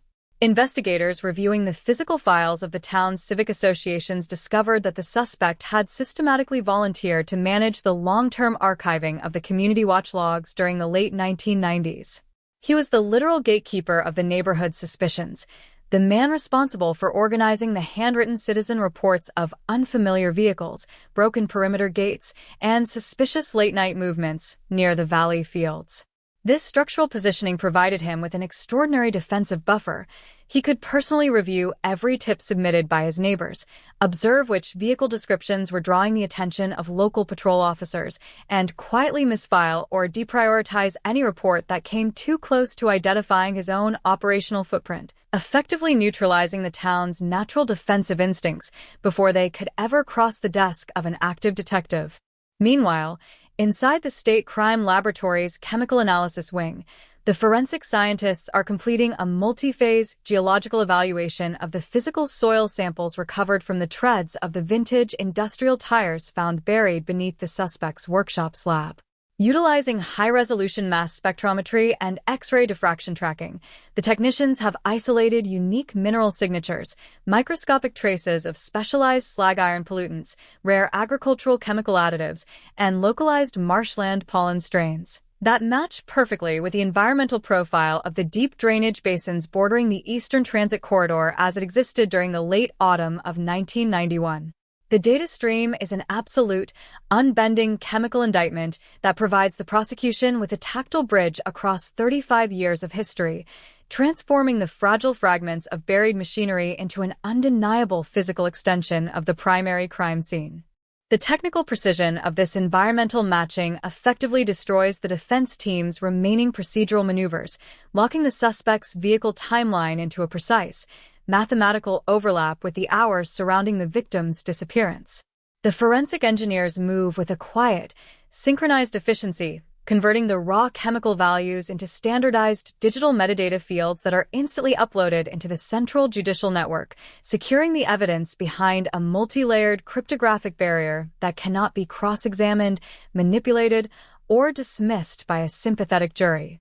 The physical trophies that Vance preserved in the dark beneath his floorboards are no longer sources of private narcissistic satisfaction. They have been converted into the absolute engine of his legal destruction, working with the unblinking clarity of a machine to dismantle his respectability piece by piece.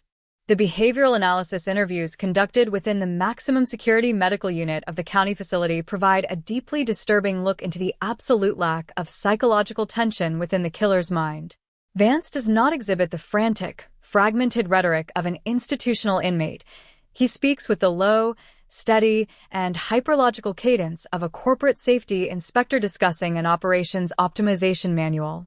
When the interrogators press him on the specific counterforensic techniques he implemented to protect his family from the knowledge of his crimes, he describes his domestic routines with a flat, clinical objectivity that sends a wave of profound discomfort through the observation room. He views his 35 years of undetected survival as an absolute validation of his intelligence, a permanent intellectual triumph over a society he considers fundamentally blind, disorganized, and slow, explaining that his family and his neighbors were simply structural components of his systemic insulation, a living shield of normalcy that kept the world from ever seeing the monster hidden within the house. The legal strategy of the state prosecution team has evolved into an omnibus offensive that treats Vance's respectability not as a character trait, but as the primary weapon used to facilitate capital murder and evade the reach of traditional justice. They are preparing a multi-layered interactive presentation for the upcoming trial that links the network intrusion logs, the chemical soil profiles, and the corporate vehicle histories into a single, unbreakable narrative of intent. The state is avoiding the traditional, slow-paced pacing of the analog era. They're building a high-impact digital timeline that functions with the cold precision of an algorithm, leaving the defense with absolutely no room to manipulate the emotions of the courtroom or appeal to the advanced age and fragile medical condition of their client. The voiceover hits a dawn dap, highly cinematic peak as the stormy summer of 2026 transitions into a dark, freezing autumn, bringing with it a sequence of low-pressure Arctic fronts that parallel the exact atmospheric tension of the unfolding historical exhumation. The heavy freezing rain falls in continuous sheets over the county courthouse plaza, the stone steps slick and gleaming under the flashing blue and red strobes of the maximum security transport vehicles waiting in the subterranean security tunnel. Inside his isolation cell, Arthur Vance sits in absolute silence, his ankles secured to the floorboards, his frail wrists locked in the heavy leather transport belt that constricts his movement. He is a man who spent 40 years operating as the absolute master of his environment, using his intelligence, his civic status, and his digital camouflage to dictate the reality of an entire town. But inside this clinical, unyielding matrix, his complexity has been entirely vaporized. He is no longer the neighbor, no longer the pillar of the community, and no longer the master of the watch. He is simply inmate number 77412, a biological anomaly being processed by an unblinking digital panopticon that will not stop until his real history is written into the permanent registry of the condemned, leaving the valley town of Riverdale to finally, truly, take its first real breath in 35 long, agonizing years. The transition from this administrative isolation into the deep psychological profiling of Vance's final months of freedom exposes the utter disintegration of his internal reality before the tactical teams ever crossed his threshold. As the cyberforensics units finish reconstructing the web traffic logs from his home router during the winter of 2025, they discover that the killer was spending his late-night hours in a state of frantic, digital obsession. He wasn't tracking the movements of the local police or reviewing old court dockets. He was repeatedly executing searches on his own family name through commercial DNA sequencing forums. He understood with perfect, mathematical clarity that the flawless analog camouflage he had spent his life constructing was completely useless against a world where a distant relative could upload a saliva sample to a genealogy website and inadvertently convert his entire family tree into a forensic beacon. His data footprint shows a predator who knew his time had run out, an old man sitting in a silent study, watching the battery indicators on his encrypted servers flicker in the dark, knowing that the technology of the future had finally caught up with the crimes of his youth. The voiceover maintains its Don Dap, rhythmic cadence as we focus on the final destruction of the physical artifacts recovered from Vance's home, an event that has turned the State Crime Lab's disposal facility into a silent theater of historical finality.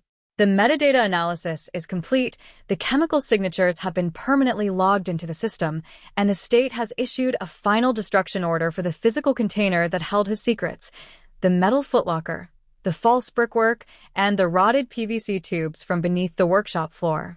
These items are not stored in an evidence locker to become objects of future curiosity. They are fed into an industrial shredder that reduces the steel, the plastic, and the wood into a sterile, microscopic dust that is mixed with liquid concrete and poured into the structural foundations of a new regional emergency response center. It is an act of total, administrative purification, a mechanical declaration that the state will not allow the physical relics of a monster's double life to exist anywhere within the geography of the living world. The final scene focuses on the secure data control room of the state's central data repository, where the master encryption keys for the Vance Digital Archive are being committed to an automated, offline security vault. The digital files, the high-resolution scans of the stolen school bag, the audio files from the microcassettes, the mapping logs, and the financial data fields are locked behind a multi-layered cryptographic barrier that requires simultaneous authorization from 3 separate branches of the state judiciary to access. The machine has taken complete, permanent ownership of the truth. It has converted 35 years of violence, respectability, and deception into an unalterable, permanent record that will remain entirely resistant to human corruption, political manipulation, or the slow, degrading movement of time. The file is officially closed, the net is permanently locked, and the true history of Arthur Vance's double life is now written into the permanent memory of the world, a dark, unyielding monument to the fact that while a predator can run for 35 years behind a mask of civic virtue, the truth will always, inevitably, find the light, leaving the names of the victims to finally shine in the warmth of absolute justice for the rest of time. The absolute exposure of Arthur Vance's internal network architecture and the subsequent serialization of his administrative timeline forced a total reevaluation of the structural defense systems that protect maximum security state facilities. To understand the Dawn Dap, highly intense cadence of this post-discovery phase, you must leave the public gallery of the Riverdale Courthouse entirely and enter the sterile, highly secured processing corridor of the State Psychiatric Diagnostic Ward. For 35 consecutive years, the division between the reliable, community-minded grandfather on Elm Street and the multi-jurisdictional serial predator was preserved by a psychological firewall so absolute, so thoroughly integrated into his daily behavior, that it challenged the foundational protocols of modern behavioral analysis. In the early summer of 2026, the State Task Force is no longer merely processing an elderly criminal. They are executing a systematic, metadata-driven autopsy of an intellectual camouflage that successfully weaponized the concept of public service to turn the justice system completely blind. The analytical core of this behavioral assessment relies entirely on the high-definition digital transcription logs of the clinical interrogations conducted with Vance since the excavation of the concrete vault beneath his workshop. The interview room is a space of cold, high-contrast tension, where veteran federal profilers sit across from a 70-year-old man who completely refuses to adopt the defensive, stuttering posture of a broken fugitive. Vance speaks with the precise, rhythmic cadence of an institutional auditor delivering a performance review, detailing the mechanics of his multi-state campaign with a flat, chilling objectivity that completely detaches the narrative from the physical reality of human suffering. He does not minimize the metrics of his abductions, nor does he express a single molecule of human remorse. Instead, he frames his 35 years of undetected survival as an extraordinary monument to personal discipline, a multi-decade strategy game where his ability to maintain a flawless public reputation was the ultimate proof of his absolute intellectual superiority over the society he manipulated.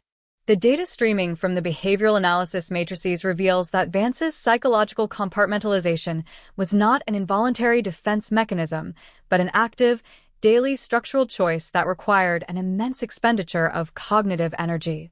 He explained to the interrogators how he constructed an absolute boundary within his own memory banks, separating the visceral details of his hunting phases from the domestic routines of his suburban household. When he walked through the front door of his brick ranch house after an operational expedition, he did not carry the emotional or physical residue of the dark zones.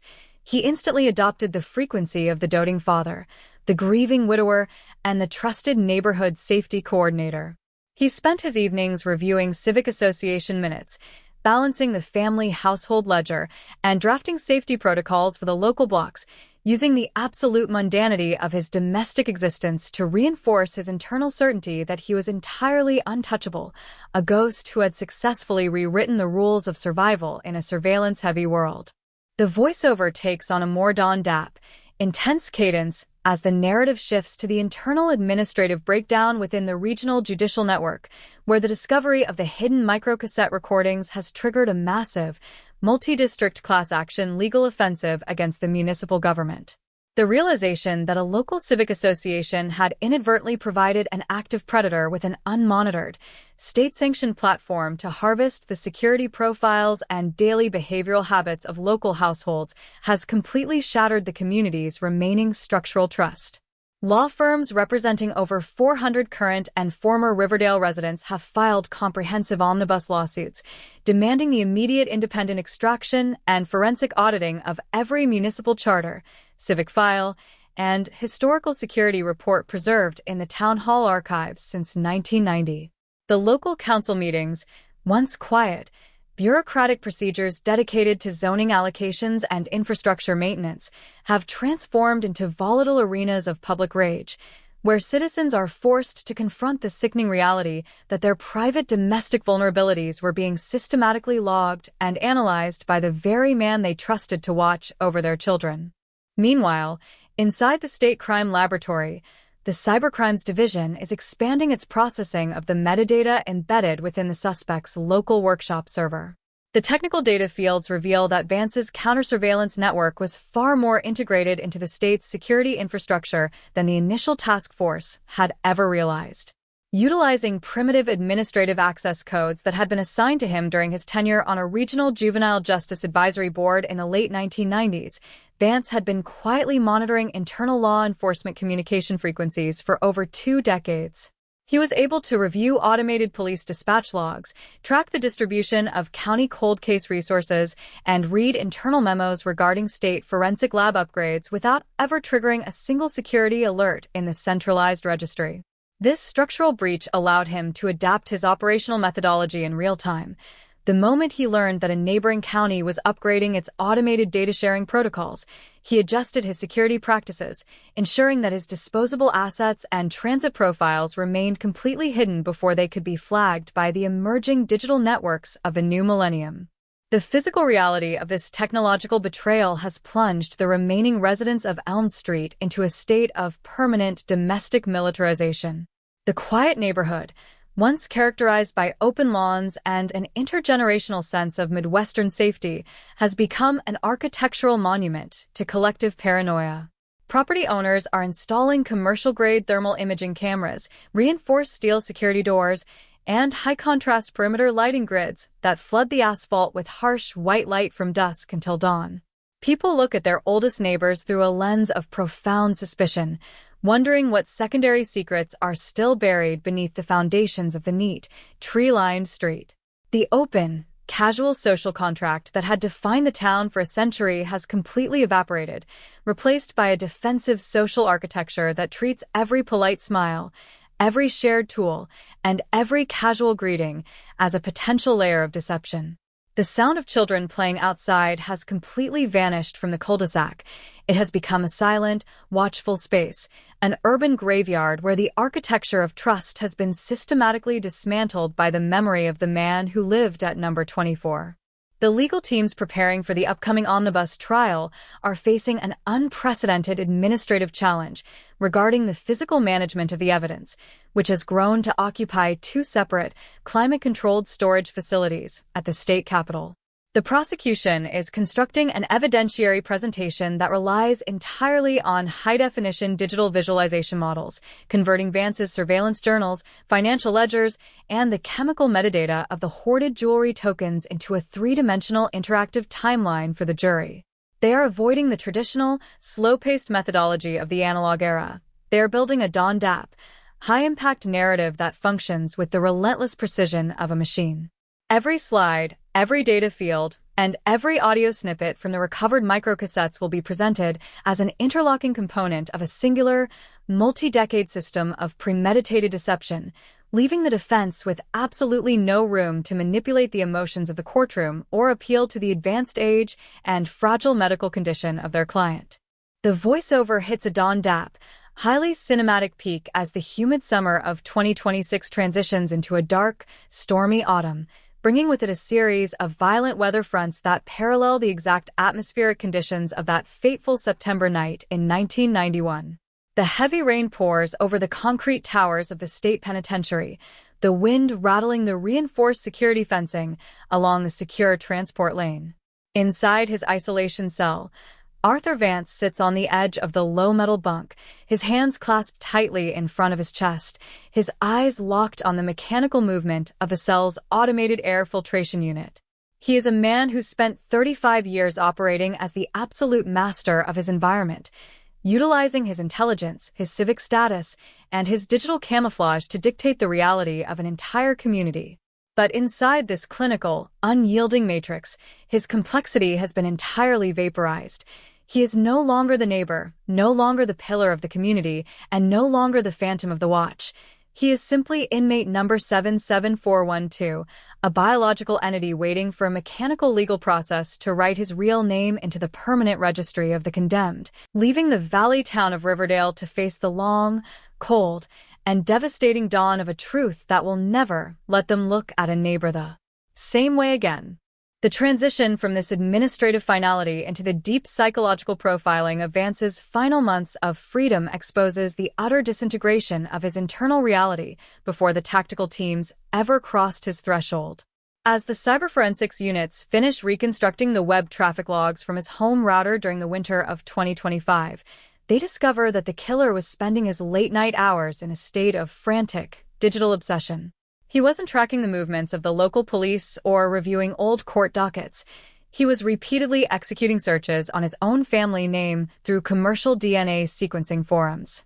He understood with perfect mathematical clarity that the flawless analog camouflage he had spent his life constructing was completely useless against a world where a distant relative could upload a saliva sample to a genealogy website and inadvertently convert his entire family tree into a forensic beacon.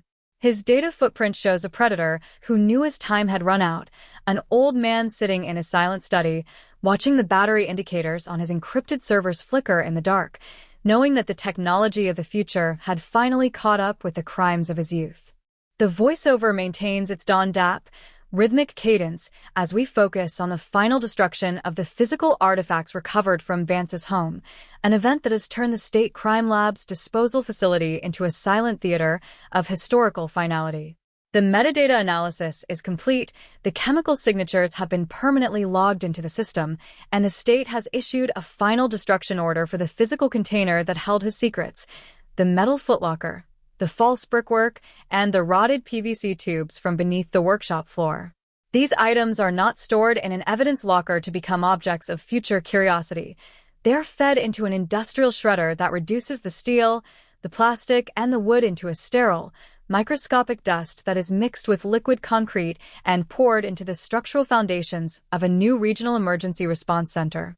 It is an act of total, administrative purification, a mechanical declaration that the state will not allow the physical relics of a monster's double life to exist anywhere within the geography of the living world.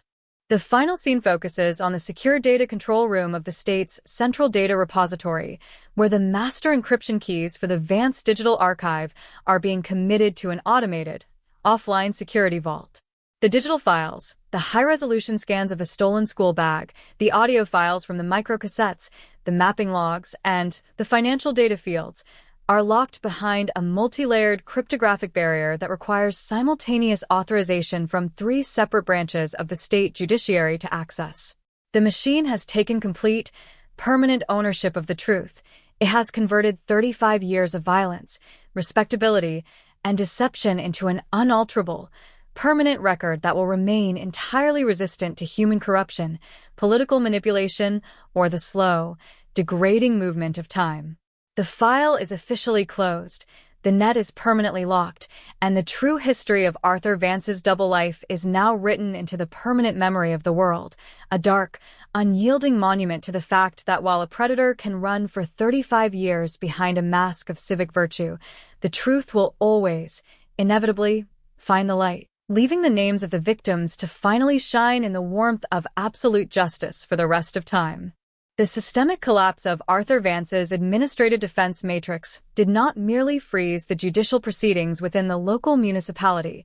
It initiated a massive, horizontal acceleration of historical case evaluations that the State Tracking Alliance now classifies as the most extensive cross-jurisdictional exhumation in the history of the Midwestern Transit Network.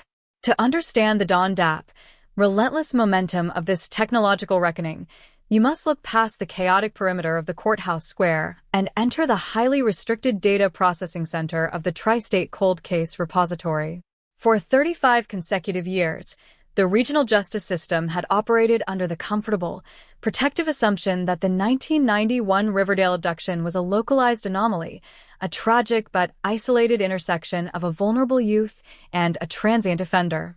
But when the multi-agency data platforms began cross-referencing the encrypted metadata extracted from Vance's home storage servers with the digitized manual logbooks of regional industrial transport lanes, The boundaries of the original case file were permanently vaporized, exposing a sprawling, multi-jurisdictional web of premeditated calculation that spanned over 2 decades. The analytical core of this expanded federal indictment focuses entirely on the algorithmic reconstruction of Vance's corporate consulting itineraries from 1992 to 2005. During this peak phase of his dual existence, the suspect had systematically volunteered to audit inventory flow protocols, supply chain security baselines, and emergency logistics networks for mid-sized manufacturing hubs situated immediately adjacent to major interstate highway hubs. He was not operating out of a desire for professional development or civic contribution. He was selecting his auditing destinations based on a cold, statistical evaluation of administrative latency. The recovered digital logs demonstrate that Vance had meticulously mapped the technological limitations of every rural sheriff's department within a 300-mile radius of the valley, identifying the exact jurisdictions that still relied on manual paper filing systems, isolated analog radio loops, and non-computerized evidence repositories. He converted his professional credentials into a high-level logistical reconnaissance tool, mapping the structural blind spots of the regional highway network long before his tires ever touched the asphalt of a target zone. When the state data integration platform executed an automated correlation script comparing Vance's verified corporate travel expense vouchers with unclassified historical missing persons reports along the interstate shipping corridors, the visualization monitors illuminated with an uninterrupted sequence of high-density red anomaly markers. The correlation was regular, deliberate, and entirely free from statistical noise. Whenever Vance spent a weekend managing a midnight warehouse compliance audit in a neighboring county, the local transit logs and missing persons registries in that specific jurisdiction experienced an immediate, undocumented variance within a narrow 72-hour window.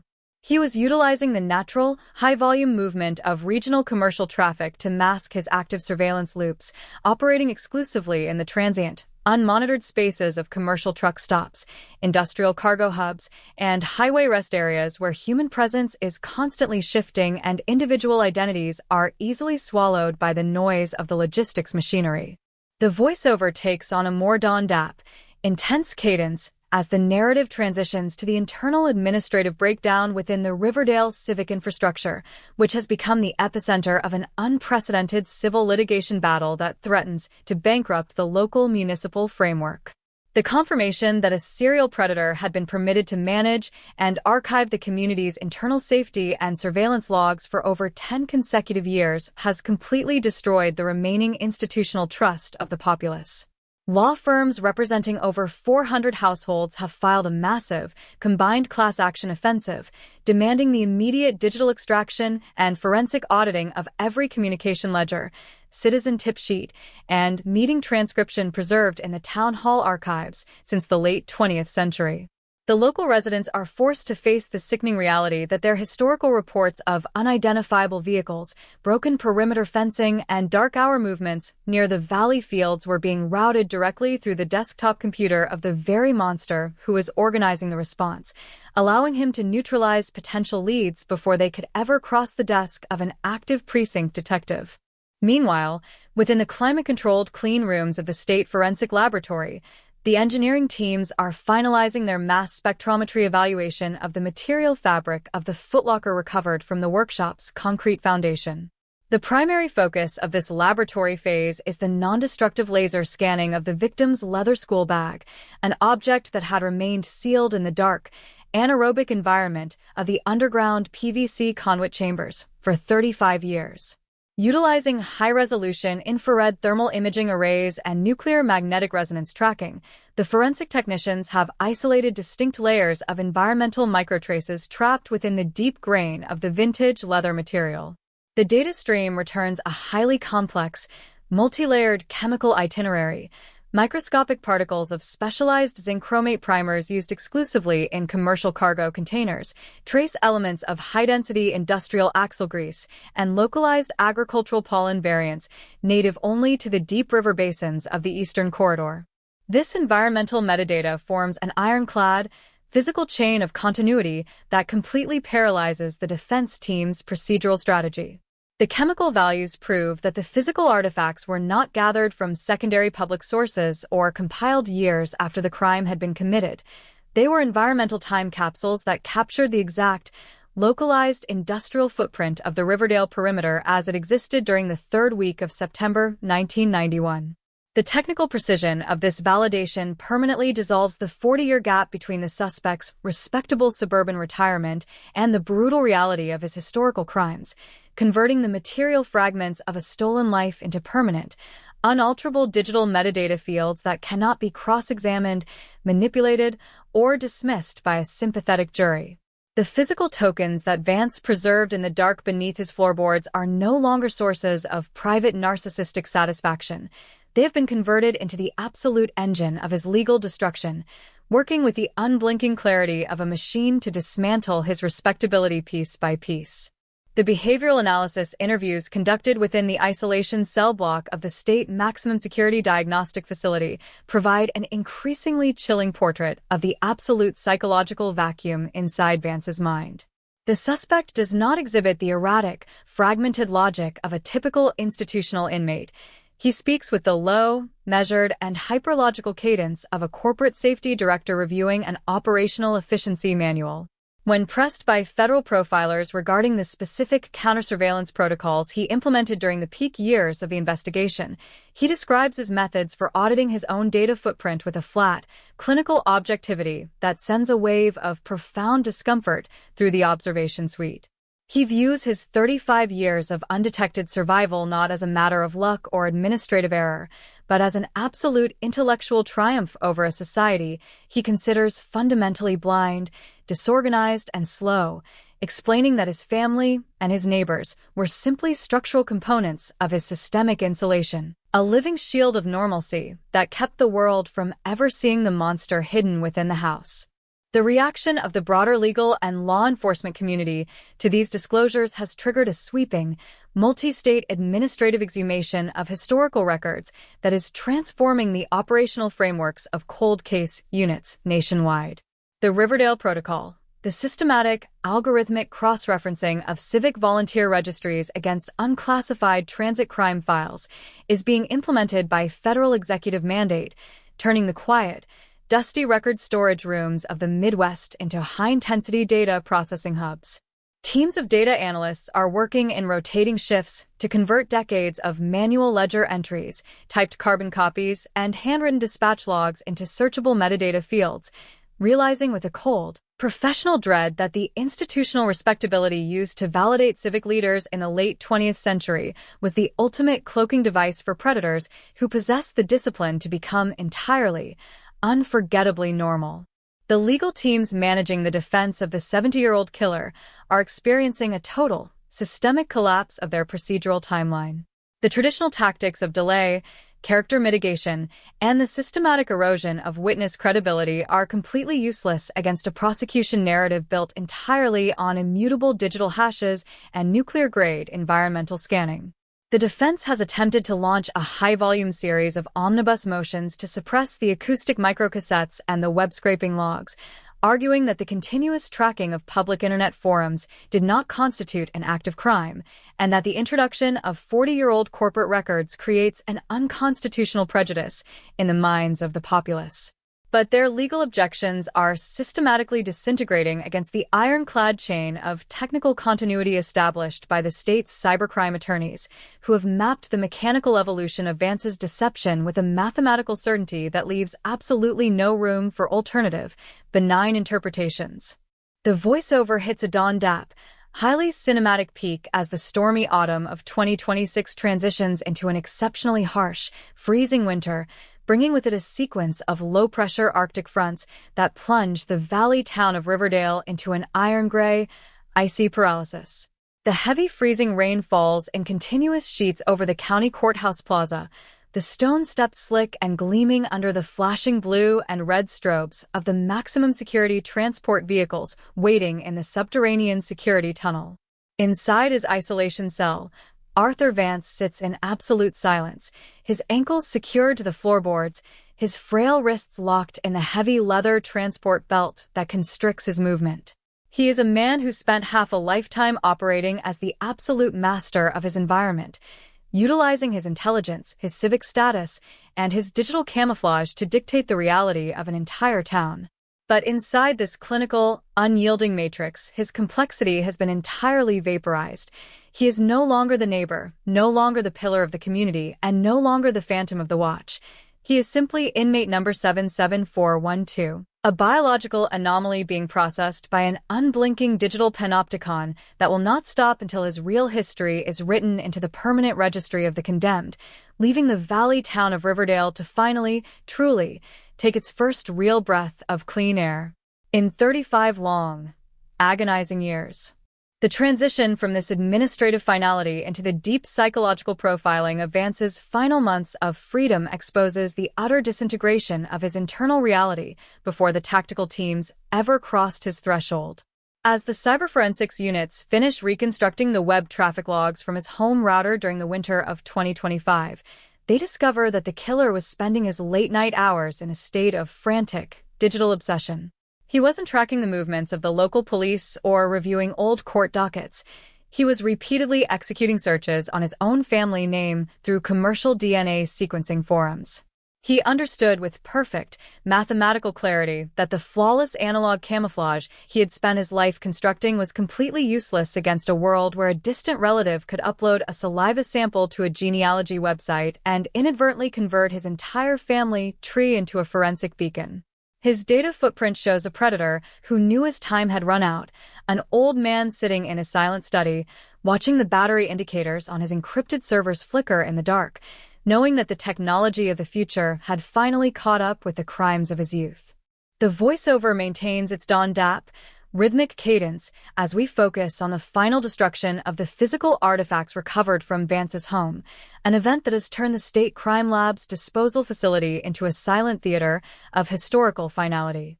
The metadata analysis is complete, the chemical signatures have been permanently logged into the system, and the state has issued a final destruction order for the physical container that held his secrets, the metal footlocker, the false brickwork, and the rotted PVC tubes from beneath the workshop floor. These items are not stored in an evidence locker to become objects of future curiosity.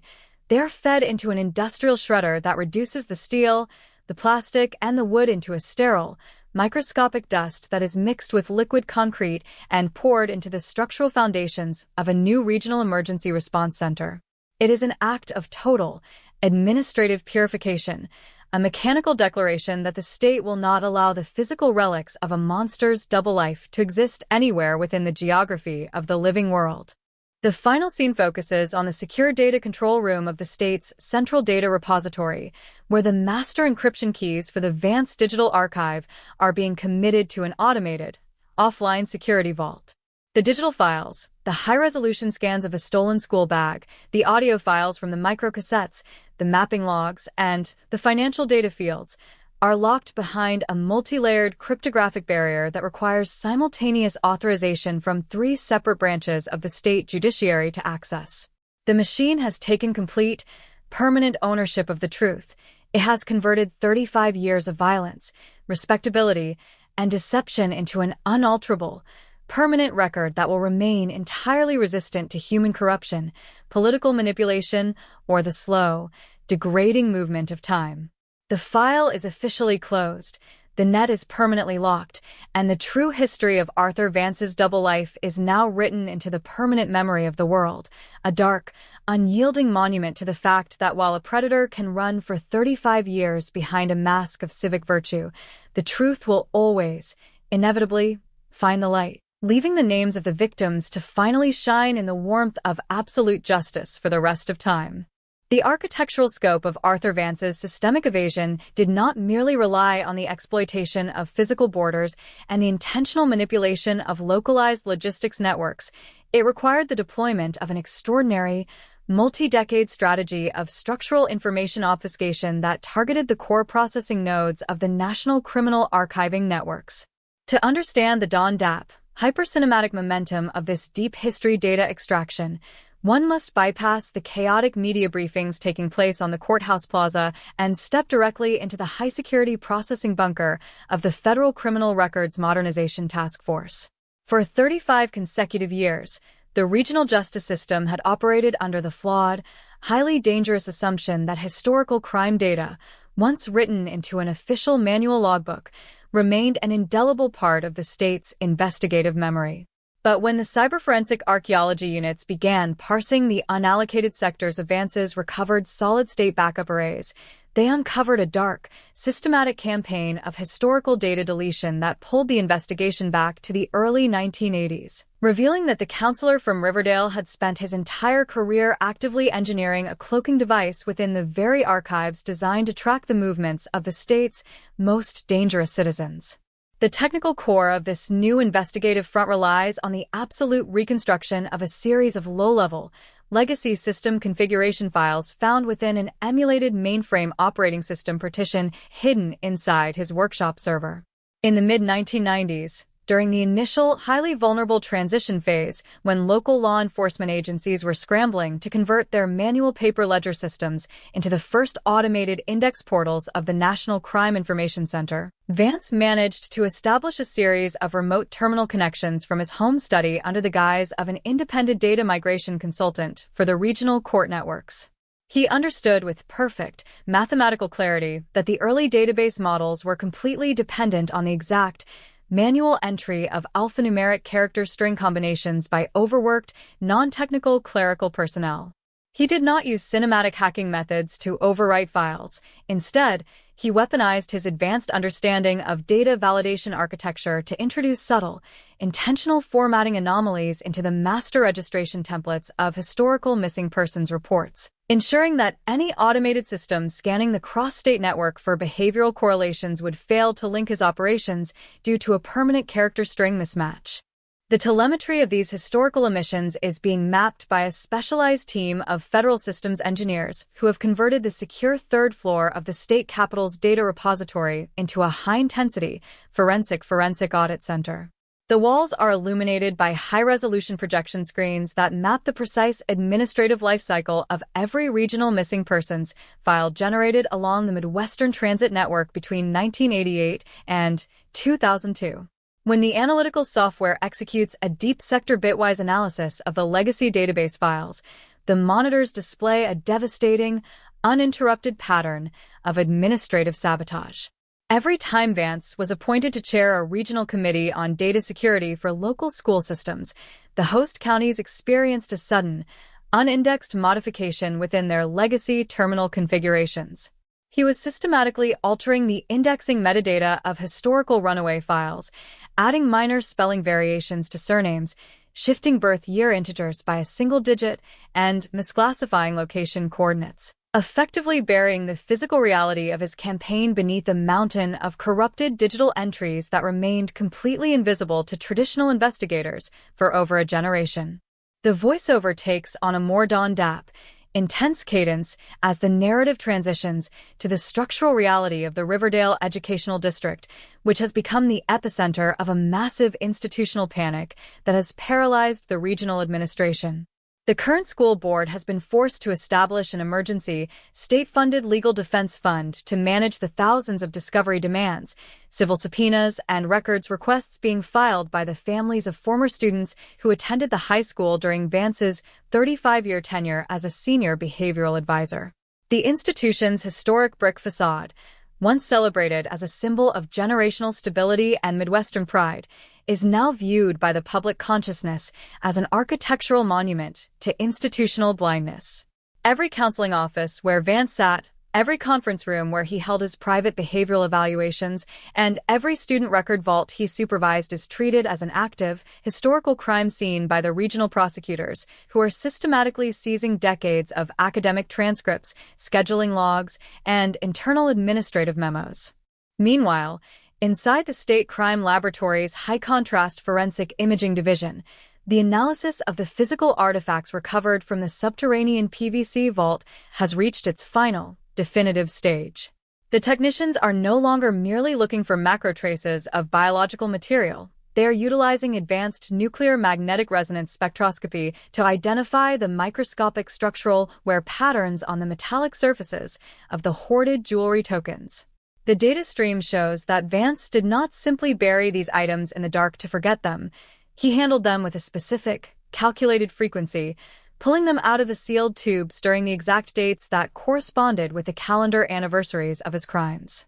The forensic timeline turns the metal cash box into a living psychological document, an extension of his obsession that he used to sustain his narcissistic focus during the long, quiet decades of his retirement.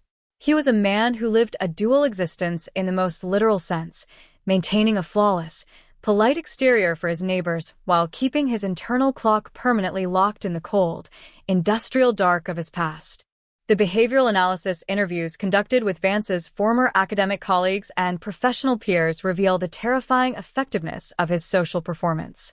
These individuals don't describe a man who is odd, distant, or difficult to work with. They remember an exceptional administrator who was always the first to volunteer for the difficult tasks, the man who stayed late to help a student draft a college essay, the person who organized the retirement parties for older staff members. He was so thoroughly, aggressively decent that he created a psychological blind spot in the minds of everyone around him. If an early investigator had ever suggested in 1992 that the counselor from Riverdale matched the physical description of the phantom seen near the interstate corridor, the suggestion would have been dismissed as an absurdity, an insult to a man who had dedicated his entire adult life to the protection of the community's children.